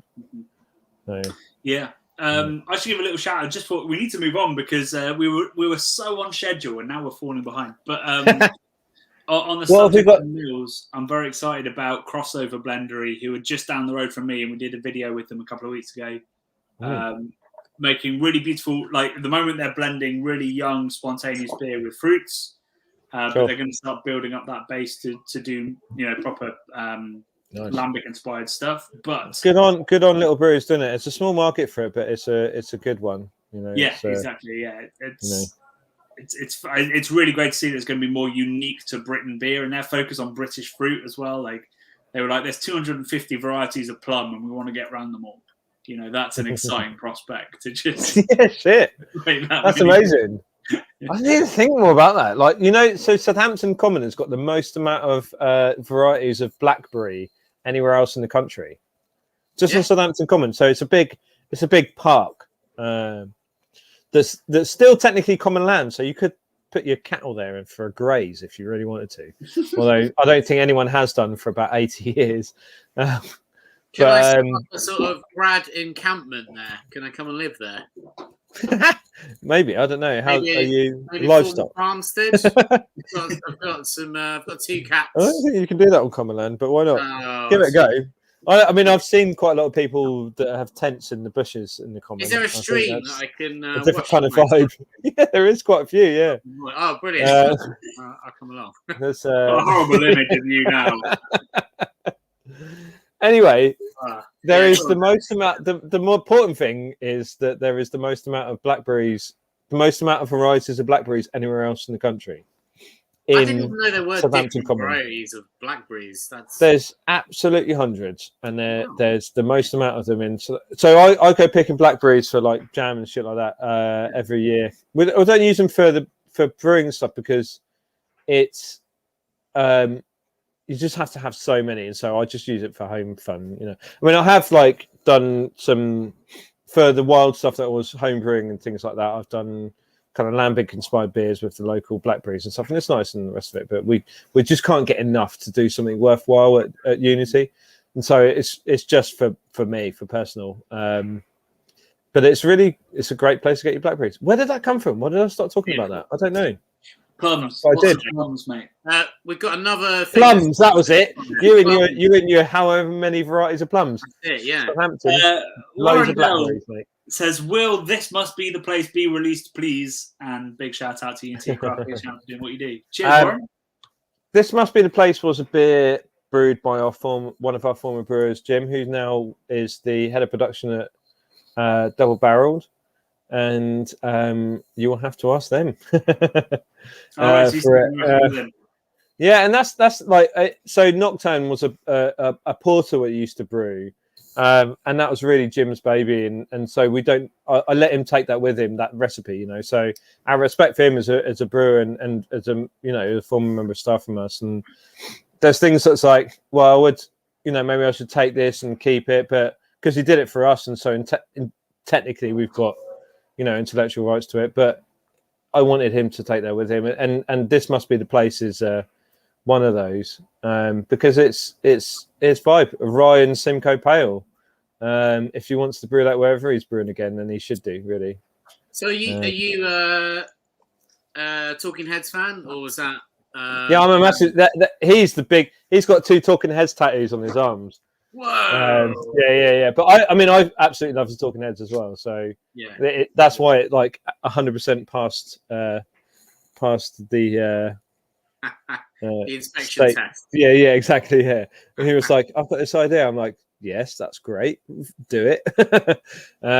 So yeah, I think you'll probably double barrel. That's I think one of my happy songs. I love that song. Guys. Talking Heads. Next bit. Ever, but we have to move on, or else we're going to get so far behind. So we're on to Electric Dreams. Yeah, you crack on. I'll go and get one. Living in electric Start talking about it because I do genuinely have to go in half an hour. So otherwise, So let's get this party moving. We've got to hit a sour IPA, the 12% Imperial Porter in the next half an hour. All right, rock on. Okay, I'm going. Challenge Annika. Shall I take you with me? I'm going to take you with me. Come on then. Let's do it. Let's have it. Let's do it. Bradley, why not? I didn't know you love Talking Heads. This is news to me. I love all good music, Johnny. That's one of my happy tunes. Oh, I love that band. It's I've got a giant playlist on Spotify called Jams. JAMZ. I know that's what you put on in the car when we're traveling. Yeah, the very first Do you want to hold the track on it is. Do you want to hold the laptop? Talking Heads. This must be a place. The very first track I ever put on it years ago. Wait, Jimmy's doing a thing. He's pouring. I'll make him full screen. There he is. Look at that. That's beautiful. Thank you, Connie, for holding my laptop. Perfecto. Thanks, Connie. Oh, she can't hear me, but so you're getting the. Yeah, she can't. It's only me in my own ears. Quite small little nubby tap handles you got there. Oh no! You what? The little tap handles quite dinky. Oh yeah, little nubby ones. Nice colours though, really not real nice. They're all the sort of pastel colours as well. Thanks. They're like the cheap ones you get from. That come with the taps, and I just thought it'd be really cool to paint them in our colours. Yeah, they look great, man. Although they do need repainting because the paint's flaking off. I sanded it and everything, but obviously, I mean DIY is not really spray paint. Yeah, no, it wasn't actually. It was a sample. It was.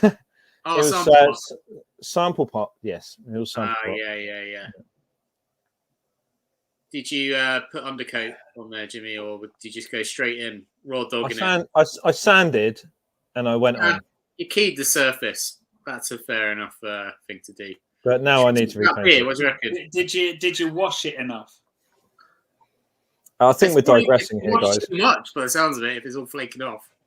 Anyway, so you're too clean. You're too hygienic. That's the problem. Jimmy, tell me about sour IPA. Tell me the definitions and tell me what you tried to do there. It's a sour beer that's been dry hopped a lot, isn't it? For us, we wanted to call it a sour IPA because the amount that we've dry hopped it, like dry hops that do add some bitterness.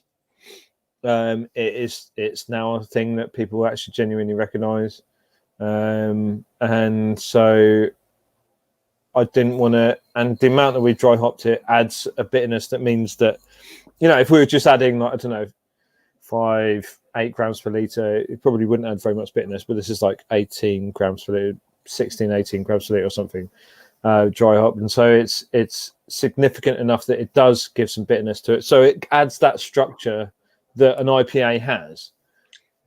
So for me, it is a sour IPA. It's not just a dry hop sour beer. But it's a wicked platform for having a lot of fun. So when we first started Unity and we were doing a lot of kind of culinary inspired saisons and things like that, sour IPA just fits that bill for me. It's wicked. It gives me the opportunity to have a lot of fun with different flavor combinations that I would otherwise you know, that you otherwise would think about in terms of food and cocktails and stuff like that. Like this is actually inspired by a wicked cocktail I had in Southampton, a place called, what are they called? Heartbreakers. Really wicked cocktail bar. And so it's also a music venue upstairs. They do some really cool gigs, and they have an amazing cocktail bar. They don't have very much good beer. They don't sell our beer, so I shouldn't give them that many props. But their cocktails are wicked, and they have a lot of really good bands on. So I like hanging out there. Yeah, so it was like a raspberry hibiscus, a lychee, and like gin cocktail. And when I was thinking about sour IPA combinations and fruiting combinations and stuff, it was just like, can we just do that cocktail? Try and make that cocktail, you know? So that's what we went for. So it's dry hopped with Citra and Talus, I think, if I got it right. You did. I just checked. And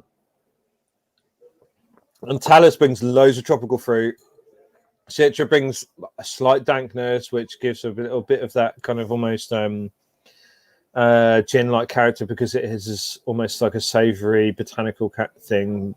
Dankness, I always think, has that. And yeah, it's just fun, isn't it? It's just silly and lots of different flavours. But it's all there, you know. When I first started dry hopping sour beers, it was I always found it really, really hard to get the hop aroma to really pop. And I realised you just need to put a fuckload more in, and then it does it. The pH of it mutes something, or yeah, exactly, yeah, right. Yeah. I've got to say, it's quite. And we talked about this when I came down for the Spruce Tip beer. It's quite an un-Jimmy, un-Unity beer, because it is very, very silly. Whereas you were very earnest traditional Belgian beer, then got quite interested into New England, but still, you know, it wasn't, you know, really juicy. It still had a semblance of real drinkability and pintability. So this is a real departure, more so than even the Cherry Ghost. But when you think about the fact that when a lot of the beers we started brewing at Unity were very culinary inspired, you know, and so I'm looking at flavor combinations, unusual ingredients, using them in different ways, and finding interesting ways to use those ingredients to make something really exciting, really fun as well, you know. So, you know, foraging is a great way of using different interesting ingredients to give a real sense of place, but also you can buy all sorts of different interesting ingredients from around the world to make something really fun and interesting too, of which we always have done. And so it's more nice one, Craig. Big love. Yeah.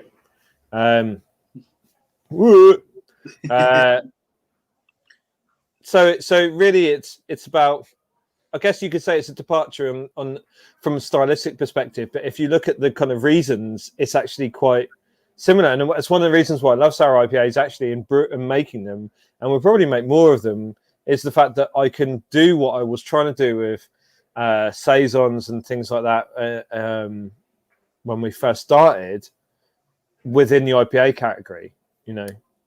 So we did, I think one of the earliest beers we made was a dry hop apricot saison, you know.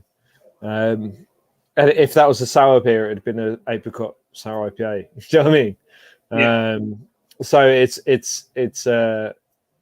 very there's a lot of affinity to what we're about, even though it kind of on face value it looks like something different and a different thing for us, for those people that have known us for since we started. But actually, and when you dig down,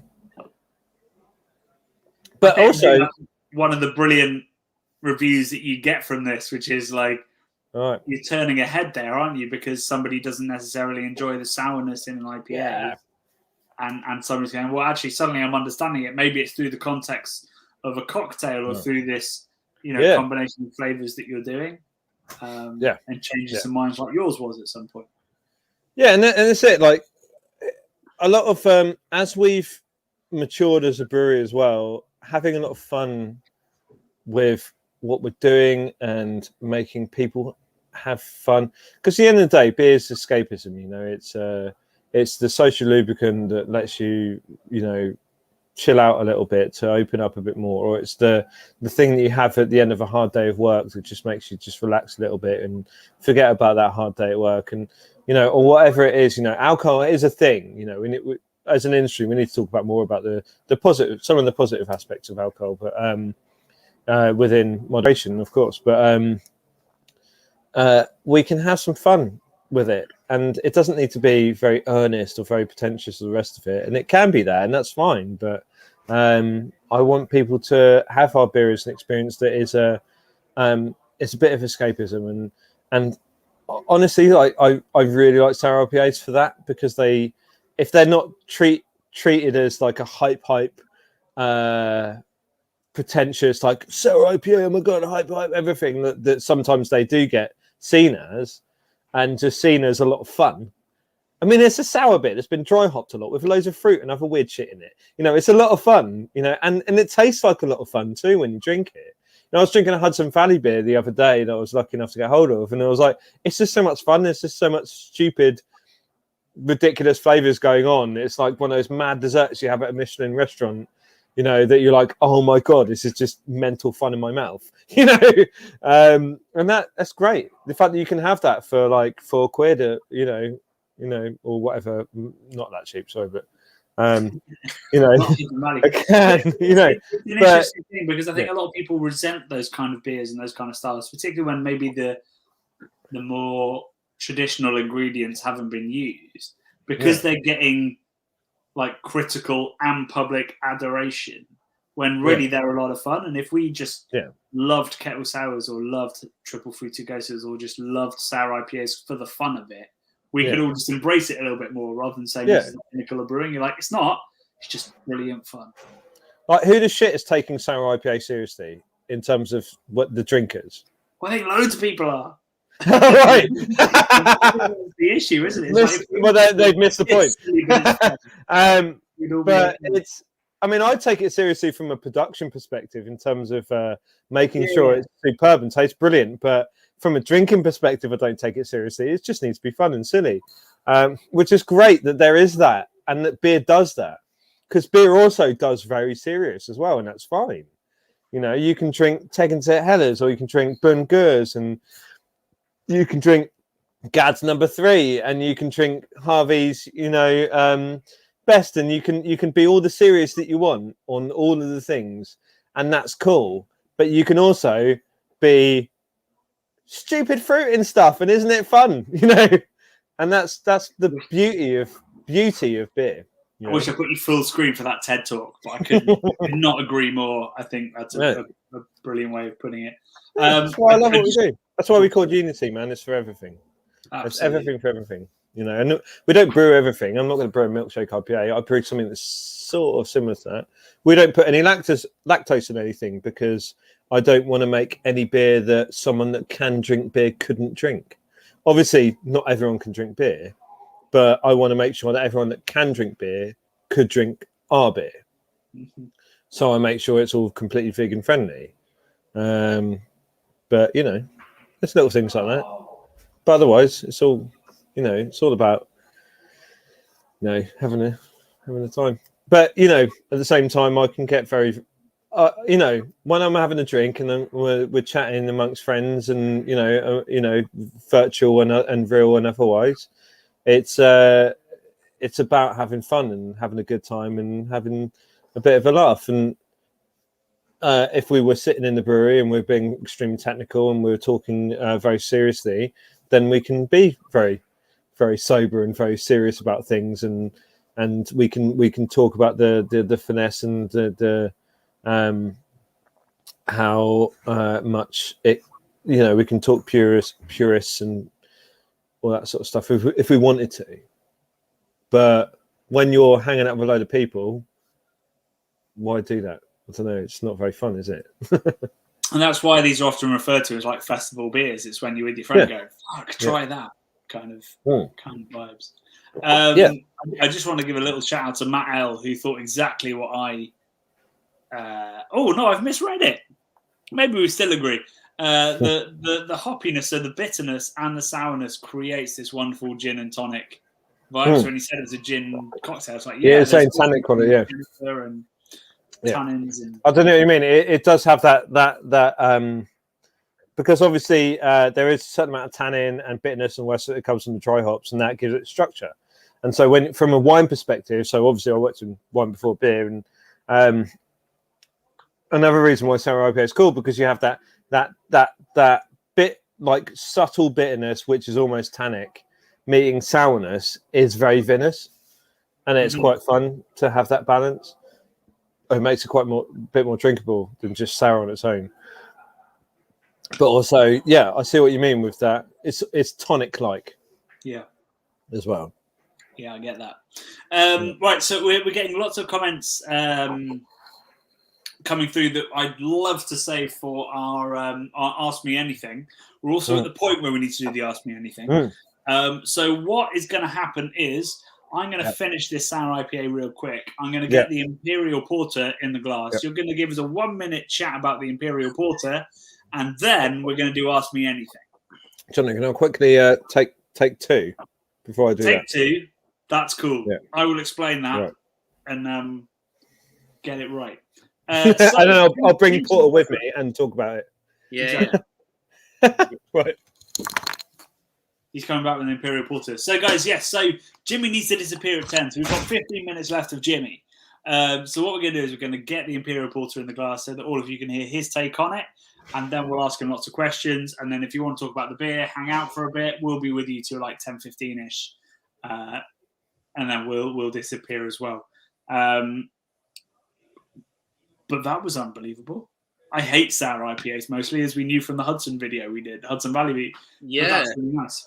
Well, Jimmy was just saying he enjoyed the Hudson Valley stuff he just had a little while ago. Oh, we enjoyed one of the three. Yeah. We enjoyed one of the three, respected the next one, and then hated the last one. I love the Canada one that looked like some sort of supercomputer, like human being craziness, but yeah, it was quite wild.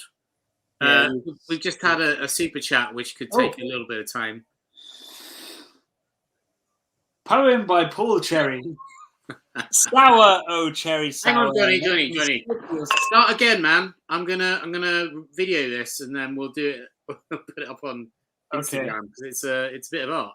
I'm assuming it starts at sour. Okay, you ready? Yeah. Sour. Oh, cherry sour. Let me sip your sour juice for an hour. Taste so fine, you have the power. Oh, cherry sour. Oh, wow. Cherry sour. It's beautiful. Paul My GCSE drama coming out there. I hope you are a patch up looking beautiful little poetic bastard. Thank you, Paul Bullock. What a wonderful rhythm, evocative, maybe a rhyming dictionary used at one point, but otherwise strong. Very strong. I hope I haven't got any tabs open on my laptop that look dodgy. I don't think I do. Anyway, thanks, Paul. Craig Anderson says standing ovation. Shakespeare would be pride. That's okay. We've all had a couple of drinks, Emma.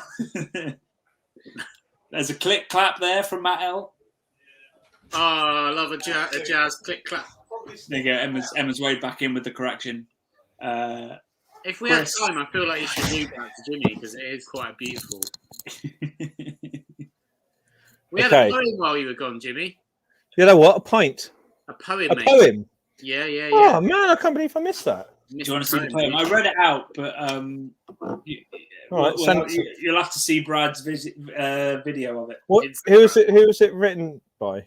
It looks like Pat Sharp, but his name's Paul. Pat Sharp. I don't know why my references are so 80s this evening.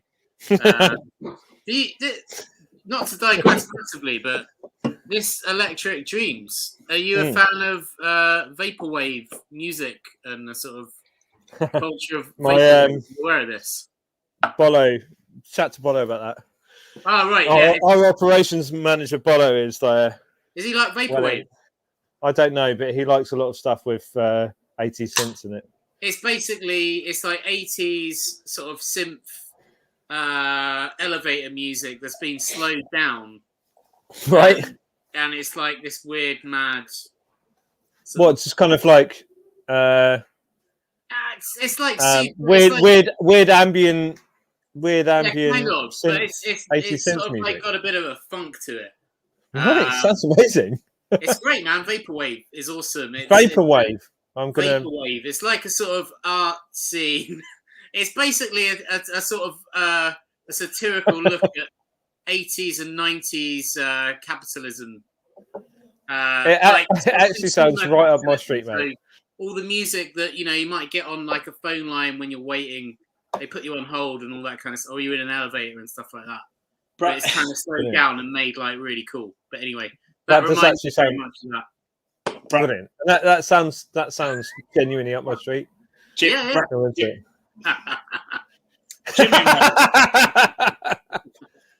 Weird ambient Yankovic. That is very funny. I like that. Craig Anderson. Well done. Weird ambient Yankovic. Brilliant. Off my cap to you. Right. So we're a beer. Porter and stout. What do you want to know? Right. Well, no. Okay. Firstly, the most important thing I want to get out of this is tell us about Unity and May provisions. Okay, I'll make this the quick. I can run on a little bit. I just need to make sure the cinema is only 5 minutes away, so just need to make sure I book my Uber quick enough. Otherwise, I really fucked my wife off. May Provisions is our side project, which focuses entirely on European and continental style, traditional European and continental styles, done in our way.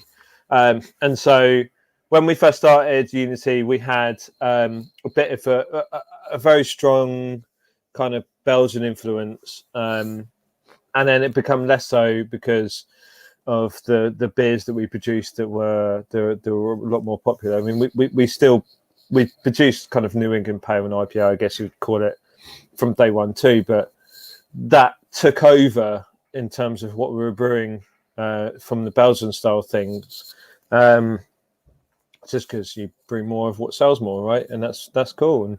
And but I wanted to kind of bring it back, and we had this thing. So we chatted about it in the previous video, so you can kind of reference that. Go back to the last video that me and Johnny did for the Craft Beer channel, and so we. It's difficult to do when you've had a couple of beers. Is make anything succinct when you've had a couple of beers. But long story short, I want to make sure that everyone understands what we're doing properly, and so they can really enjoy it. And so, if you're used to Unity making really modern craft beer, sour IPAs and sours and New England IPA and West Coast IPA and all the rest of it, kind of stuff that a lot of people really like, and then all of a sudden you get a sour or a saison, or a triple or a weird old school best bitter that doesn't taste like anything you've had before, you're not going to enjoy it as much. And so we created this side project so that people that knew about those weird, more on the fringes, traditional styles, the styles that were once upon a time the best-selling styles in the world, that were not on the fringes at all, that are now on the fringes, and a lot of the styles that helped, and really the styles that helped to inform brewers to make craft beer what it is today. Like saisons, triples, best bitters, all the rest of it. London Fillers ESB, or Saison Dupont, or Westmaler Triple. These beers are the beers that made brewers, American brewers and British brewers, go, "Oh my god, it can be really more exciting than just something as like a basic lager or whatever." And it gave people the confidence to experiment and push the boundaries a little bit. And so we're kind of making reference to that, and reference to the things that ignited that flame that helped craft beer be what it is today. And also a little bit of harking back to tradition a little bit, and giving us the opportunity to make some beers that the really big brewers just never would be able to do, like some experimental barley varieties, some local hops, something forage, from down the road or whatever, and that's the great thing about this little side project, Made Provisions, is that people know that if they pick up a Made Provisions beer, it is of that ilk. It's not just a really cool, fun, modern craft beer, And so this porter is like, it's old school it's not a pastry stout. If we were going to release a stout or an Imperial Porter as Unity, that it would be really rich. It would probably have some vanilla or, some like cacao in there with some fun. It would be something fun about it that would, bring a bit of a story, whereas this was like, let's just do a straight Imperial dark beer, totally straight up. So no adjuncts, no anything, water, malt, hops and yeast, a little bit of sugar, nothing else at all. Just as straight as it could possibly be. This is an English ale, an old school English ale yeast used as well, and it's just really, really totally old school. And it's a porter because it's very low in roast and have a lot more fruity than a stout would be. So that you can have the argument all day long what a porter or stout is, and that's fine. You can do that if you want, but I guess you just have to take the brewer's word for it of what he thinks it is, because it doesn't really matter what's like. At the end of the day, it's what is a porter or what is a stout is up to whoever was making it. Once upon a time, it was all porter, and stout was a stronger porter. So really, it's an Imperial stout because it's not 5%. But look at Bruce. Like, tell Flying Dog that 15 years ago when they did their Imperial Porter, that was one of the most amazing beers I'd ever had at the time. And to me, it's so this has got no roasted barley in it at all. It's old school English Chevalier malt. It's all English ingredients. There's some Fuggles hops in there. There's no roasted barley, so there's no super roasty character. It's just chocolate malt, and so all the that. But also, if you look at it in the light, so the thing is, when we brewed it, I was like, oh my god, it's really brown, and we're thinking about calling it an Imperial Brown Stout. Go full the kernel. But I was like, it's not. It just doesn't take a stout like a stout to me. To me, it just tastes like a really massive porter. But as it's cleared and as it's aged, it's so black actually. But if you look in the light, the it's got a really nice brown hue to it on the edges. Well, it's just fruity and it doesn't taste like 11%, so it's cool. 12%, isn't it? 12, yeah, sorry, yeah, 12. Yeah, 12. You try and knock off a percent, make us feel better. We've got a super chat I want to come to in just one second, but what I just want to say is that what I really enjoy about this beer is there's lots of yeast character. I get a really subtle amount of nail polish green apple. I get some banana. Nail polish, absolutely. Trying to make it sound better by saying nail polish green apple. I really love that because it smells like it smells like you can tell it's 12%. Yeah.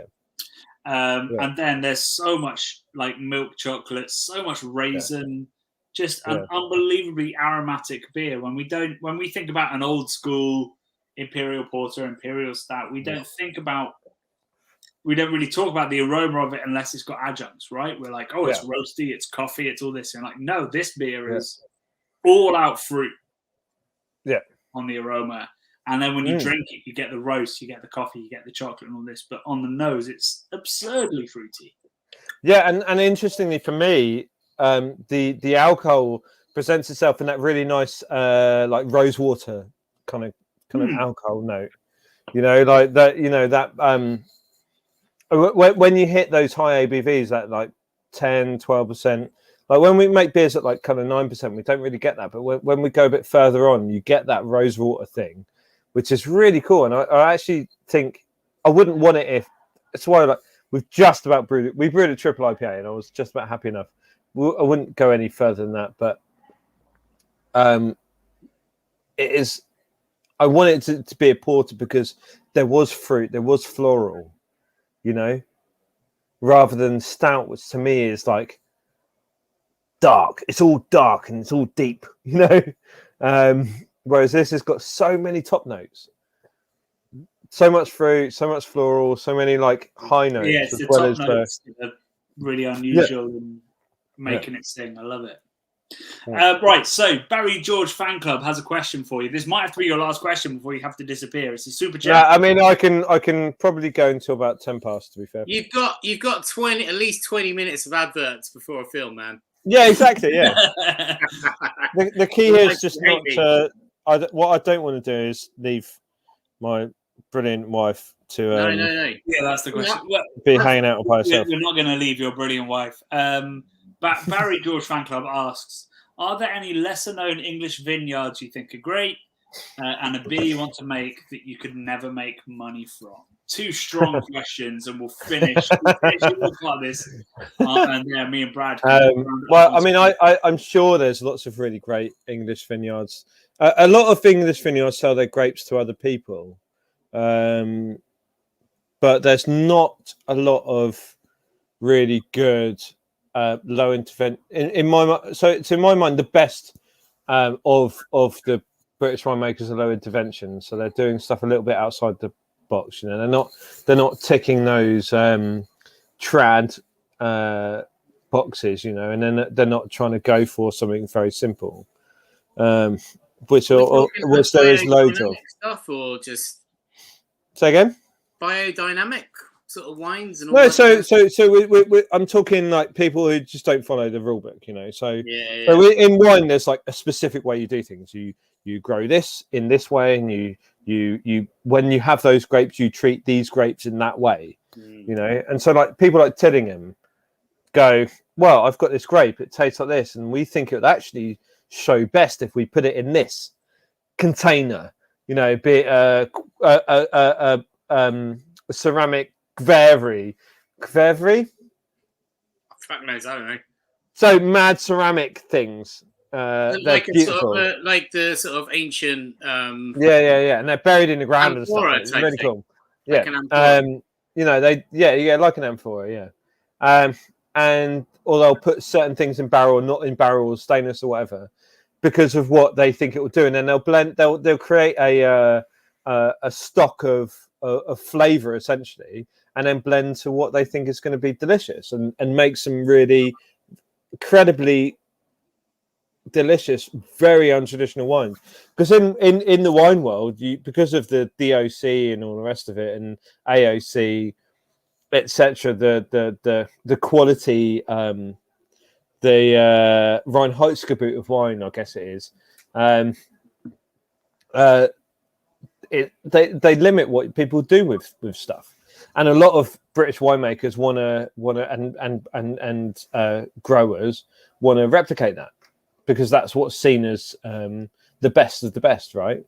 But for me, the ones that are doing really interesting stuff are the ones that like throw the rule book out and just go, I'm going to grow some grapes, and I'm going to let the grapes speak for themselves and make those vines really speak and do what's best for those vines, without fucking about with them with loads of pesticides and the rest of it, and just me make them the fruit be as cool as it can be, and then go, what's going to make that fruit sing the best? You know, what's going to make that taste really cool? What could I add to that's going to make it delicious, or even more delicious, without worrying about tradition? Which is interesting. And there's very, very little people doing that. In beer, we do that all the time. Because we've got 4 ingredients to play with, we constantly go, what's going to be best for that and best for that. Whereas when you've got fewer ingredients... 1 ingredient. Yeah. With one. And that's it.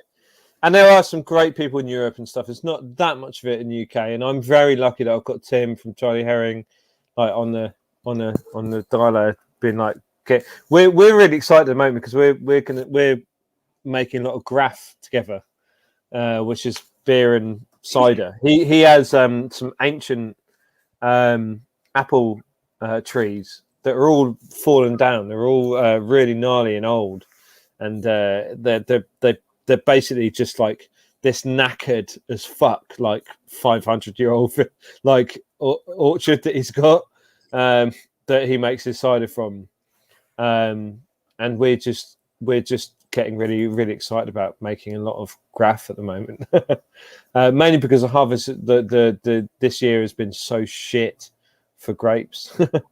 It's been a terrible year because obviously we've not had much of a summer.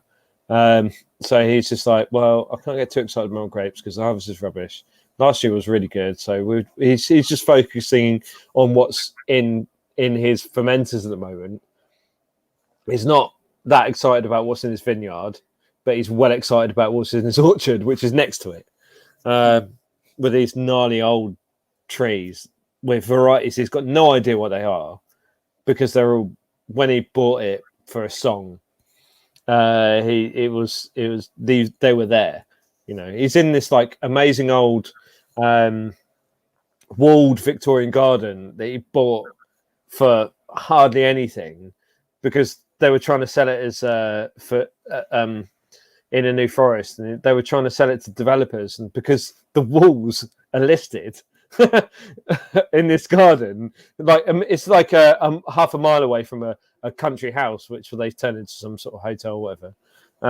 But they wanted to sell it to developers, and they're like, no. So they had to sell it off cheap, and he was like, I'll fucking buy it and stick a vineyard in there, mate. You know? And so he like properly got it for nothing. Put a vineyard in this walled garden, which protects it to some extent and makes very unique grapes. Means you can grow Riesling, which is wicked. And then next to it, which was a total added bonus, is this orchard of these like fallen down trees and that are like hundreds of years old. And so we're doing a lot of graph. So I'm designing some beers soon that will work really well with the apples that he's growing. So we can do some really fun graph under May provisions.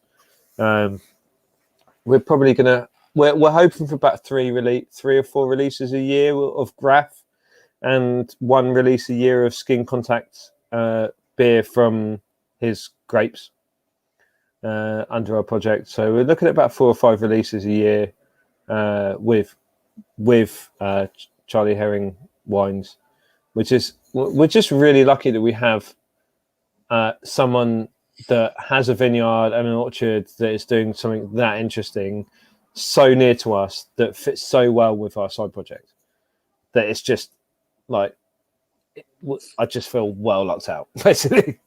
You know, and it's just fun. It's just really good fun. Yeah. Jimmy, your wife's gonna kill you, mate. No, because we're 10%. It's 5 minutes away. Yeah. Okay. I'm gonna book a Uber now and really enjoy the rest of this porter. I'm sitting here very nervously. An amazing dramatic end to the show as you just go like, yeah. See you later. Uber, bye. Close my laptop down. I'll take you with me on Uber. Yeah. I'm glad. Like I said, I've watched Big in Japan twice already. I've been to the cinema twice to see it. That's how much I enjoyed the movie. I thought for a minute, because I'm a massive Tom Waits fan, I thought you were talking about Tom Waits, but then I realised that you were talking about just my accent. It's just my South London accent. I don't even know what. No, I'm just like, because Big in Japan. You know. Oh, Big in Japan. Okay, yeah, of course. Yeah. Big in Japan. Big in Japan. Yeah, and like anyone knows me, Tom Waits all the time. Yeah. I know. I can't wait. It's gonna be fun. I'm gonna eat lots of popcorn because I'm. All I've got to say to you is fuck Taka. Then you'll know what that means at some point. Fuck Taka. Fuck what? Taka. Fuck Taka. Taka. Yeah. Fuck all right, Taka. Cool. What's the cinema got? Showcase. Oh no, I've just promoted there are other cinema brands out there. Welcome to the Craft Beer Channel, where a man books an Uber badly. This is, we're here. That's the content you pay for. Actually, exactly. The content you pay for is this. Yeah, you get it for free. No, I can't. Can Brad do a Tom Waits impression now, please? Oh, please, Brad, go on. No. Give it a go. We will not to. I can't do it. I'm done. I reckon, Brad, you obviously need to listen to more Tom Waits and you could do it. Mark Ribbo, who plays guitar for Tom Waits, is one of my absolute favourite guitar players of all time. Yeah. Check out Mark Ribbo. He's got a really cool band called they're called. This is what happens when you drink an Imperial Porter. At 12%, yeah. I mean, that's why this is why I got the tasting order wrong, because I assumed an Imperial Porter would be 7-8%. I thought we were. No, it's 12. No. I hope that I don't fall in love with you. What's happening with I wouldn't call it there, but it's getting better. Kind of sounds like that. Right. Well, I mean, it's been an absolute pleasure having you, Jimmy, and I think that. Sorry, I'm just like faffing around with Uber, aren't I? Whilst you're trying to genuinely run a professional operation, which it's been honestly. I've really enjoyed hanging out with you guys on the internet. Beers of night for me. This silly little number. And the last one we've been drinking a lot is also amazing. It's silly good. I think. I mean, I've always loved Unity from the time when you were doing, 750s of Belgian double right at the start. I really enjoyed that, and I hoped it was going to work. But to see you diversify and bring in New England stuff, and then still find loads of space for the May revisions, like the experimental, traditional stuff. I'm not sure there's a brewery that has so much respect for the future and the past in the UK, and that's what I really love about Unity. And I can't thank you enough for doing this with us, because I think it's been, in terms of the flavors, we've had a really unique evening compared to everything else we've done. Cool. And I hope that everyone in the comments agrees. Well, thank you very much for having me. It's been a joy. Yeah, you're very welcome, and hopefully we'll do some more videos together soon. I'm looking forward to the graph and the wine hybrids, and I'll let you know everything else you've been making. We're gonna have some fun. So please go sort your Uber, join your wife, enjoy the film, and we will be. Enjoy the rest of your bank holiday, everyone, and thanks to, massive thanks to you guys for having me, but thanks to everyone who's tuned in and listened to a lot of my waffle. Wonderful. It's become a trademark now. I feel like if I become concise, it'll be what people don't want to hear. So we're there. I would be proud of your waffles, mate. Top quality waffles. Well, mate, here's a trick. If you don't know that you can put a potato waffle in a toaster, you haven't lived. If you don't know, you can crack an egg in the top of a potato waffle in the lattice. You definitely haven't lived. Maybe not in the toaster. Don't do that. Put a potato waffle in the toaster. Yeah, but you can put an egg in the lattice of the waffle as well. Yeah, if you're doing it, if you're frying it, yeah. But if you want immediate, but if you want quick waffles, put it in the toaster. Yeah. Good lord. No. Okay. Sorry, we're getting into big style. Like what makes a waffle better? But nonsense. Jimmy, when are we making the potato waffle? Mate, if you want to go really full on, you go waffle, bake. Well, if you're really with full on, cut the middle out of a waffle, bake beans. Yeah. Right on top of the waffle, egg in the middle. Crack the egg in the middle. You got like waffle and baked beans and fried egg. Together. A synergy, a unity. You can almost say. You could, yeah. I mean, that's where it really came from. Yeah, that's for free.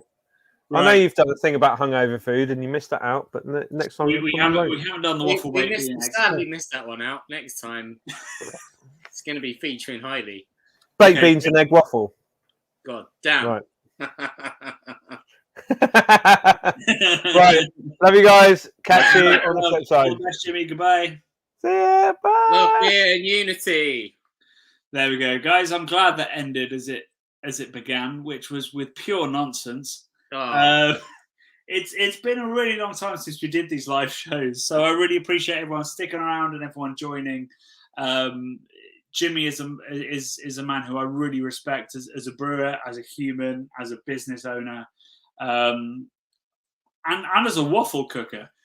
At the opposite end of the spectrum, I can't agree with this dude saying put egg in toasters. No, you put egg in the gaps of the waffle. Yes, but he's saying that you can toast them, so you shouldn't. I know that. Everybody knows that. Anyone that way, everybody knows this. You can stick it in a toaster. That's nothing new. I'm saying you pour an egg in the mix, and then you've got like a sort of eggy waffle. That's great. Okay, these are two separate conversations. One is fry your waffle with an egg. The other one is quick toast your waffle. Yeah. But just to be clear, I don't want to be responsible for any deaths, is what I'm trying to say. I mean, you've got to be an absolute wally to stick in a wet egg into a toaster, like a liquid egg. No one's doing that, surely. Unless you've got a toaster bag. Is anyone familiar with a toaster bag? Do you know, A, they're great, but B, the most recent complaint against a brewer for the Portman Group, if you don't know what the Portman Group are or is, it's basically to stop the government regulating marketing and alcohol.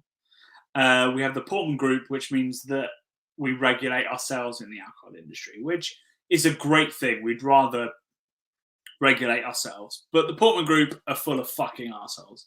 Anyway, so you can complain for anything. One person has to complain, and then there's a whole procedure. Anyway, the latest one is a beer called Buoyancy Aid by Hamilton, and somebody's complained that they think that if you have a beer called Buoyancy Aid, it might make you think that if you drink beer, you'll float in water. Obviously, it's logical, pure logic there. You've just got to. How are these people allowed out of the house? The people that think this, that are like, how is that a legitimate complaint? Surely that's fucking trolling. No. Well, sorry. Yes, it could well be. Yeah. But it still has to be investigated because was the complainant's name Boaty McBoatface? Because that is fucking ridiculous. I've just seen a great comment. Yeah, and crack an egg in there with them. Oh. See, Bradley. See, look. I didn't say I ever put baked beans in toaster. Don't. That was Jimmy introduced baked beans into the equation. That's the end of things. Did you know, Johnny, that when I actually set the fire alarms off at Jamie Oliver because I turned one of the toasters on its side and did like a cheese toasty in it, and it set all the fire alarms off. I think that might have been before you worked. I have a lot to say about that. Yeah. Josh, it's not run, it's sponsored by. As a company, Craft Beer Channel, that tries to say we're not run by our sponsors, I have to say there is a distinction. However, you do have to appease your sponsors, and luckily we're sponsored by lovely companies, whereas when you're sponsored by Heineken, things are different. Right, so we have to end tonight. At some point, we've probably killed enough of you. I feel like the numbers are dropping as people crack eggs into their toasters. But hopefully not.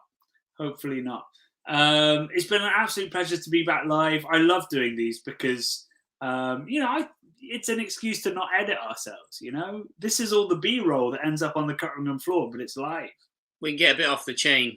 Yeah, people won't click on a 60-minute video, but if they would, they'd see this, for better or for worse.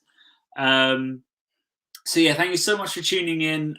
We do have our next brewery lined up, but we don't have the date yet. So we'll have to confirm A, the date, and B, whether that's actually happening. But it will be lager focused, hopefully, and it will be Oktoberfest based is the plan. So I will be letting you know. Maybe Brad know. He looks like he hasn't remembered. I remember everything. Obviously. No, wait, other way around. I got to check my diary to remember. There's a clue. Yeah. So hopefully that's going to be happening in the next couple of weeks, and we'll have that live. The box live for the tastings very, very soon. Otherwise, I know that we have been quite shit at getting uploads live, podcast live, social out there. That's because we've been working on not one but two massive projects. One is the Homebrew project. The other one is the Hook Norton related stuff and all that kind of stuff, which towards the end of September, we will be announcing to you guys first as the people that are always around for all the cool stuff that we do and are so important to what we do. We'll be announcing that first to you guys, but we need a couple more weeks to confirm everything, get everything signed off, and then we have the biggest, probably the most ambitious project we've ever done. Yeah, 100%, man. I mean, like we're not hype machines, but it's a pretty big fucking thing we're doing. Yeah, for us it's massive, and hopefully it will be hypey when it's out. So we've got that, and then we've also got the Homebrew stuff kicking off properly in the next month or two. So we've got a lot going on. It's all going to be amazing, and we can talk about it in a couple of weeks. Couple of super chats come in. There we go. Yeah, got a super chat from Josh. Thank you so much for all your support forever. Josh, I will see you at the next pub I go to, probably, or the next beer event, I'm sure. Yeah, so that's Josh Meller, and check out Meller Brewing. Yeah, and then Sean, thanks so much for your support as well. Third member of the podcast. I just put two fingers and said third. So that's how this is going. I just did that piece. We do. So I have a book coming out on the 27th of September. The plan is to have a CBC meetup, a big book launch on the 30th, Thursday 30th, East London, Beer Merchants Tap. That's only going to be confirmed once I know all of the beers are ready. So I've brewed 4 beers with 4 amazing breweries related to the 4 seasons, because the book's about seasonality. We were at Daya a couple of days ago to confirm all that and make a film. The other 3 breweries are Elusive, Lost and Grounded, and Siren. 4 different beers coming out for all of them. So long as they're all available, the 30th of September, Thursday night, at the Beer Merchants Tap is happening. So pencil that into the diary, and we'd love to see everybody there. What you're saying is the first official Craft Beer Channel Patreon meetup. Yeah, is hopefully 30th of September. Boom. So I'll let you know when that's happening for sure. And 2 of the beers are already brewed, tasting delicious. The other 2 are, one's brewed, but it's a barley wine. So we'll see how that goes. And the other wasn't quite yet done because it's a green hop beer. So we'll see how it goes. So yes, put that in the diary. I'll confirm as soon as I can. Otherwise, we've got Homebrew stuff. We've got Cask Ale stuff. We've got Oktoberfest stuff. Everything coming. It's going to be amazing. So I hope you join us. Thanks so much for all the comments, for all the interactions. Thanks to Jimmy, who's not here. It's been wonderful to be back, and we do have plans to be back much sooner than the 2 and a bit months it's taken.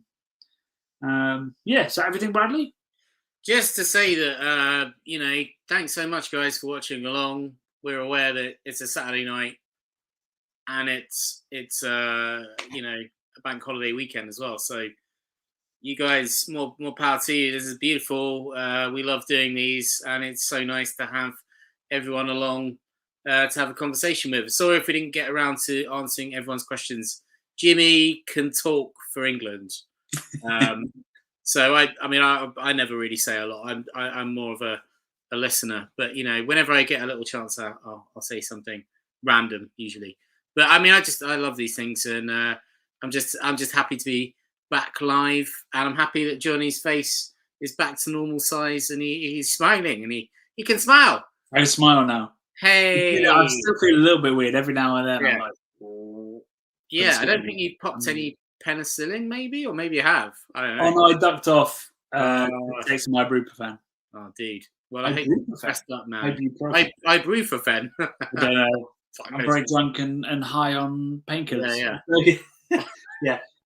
Much love, guys. We'll see you on Wednesday for our next upload, and hopefully in a couple of weeks for our next live show. Thanks to everyone for tuning in, and we'll see you guys soon. Love and beer.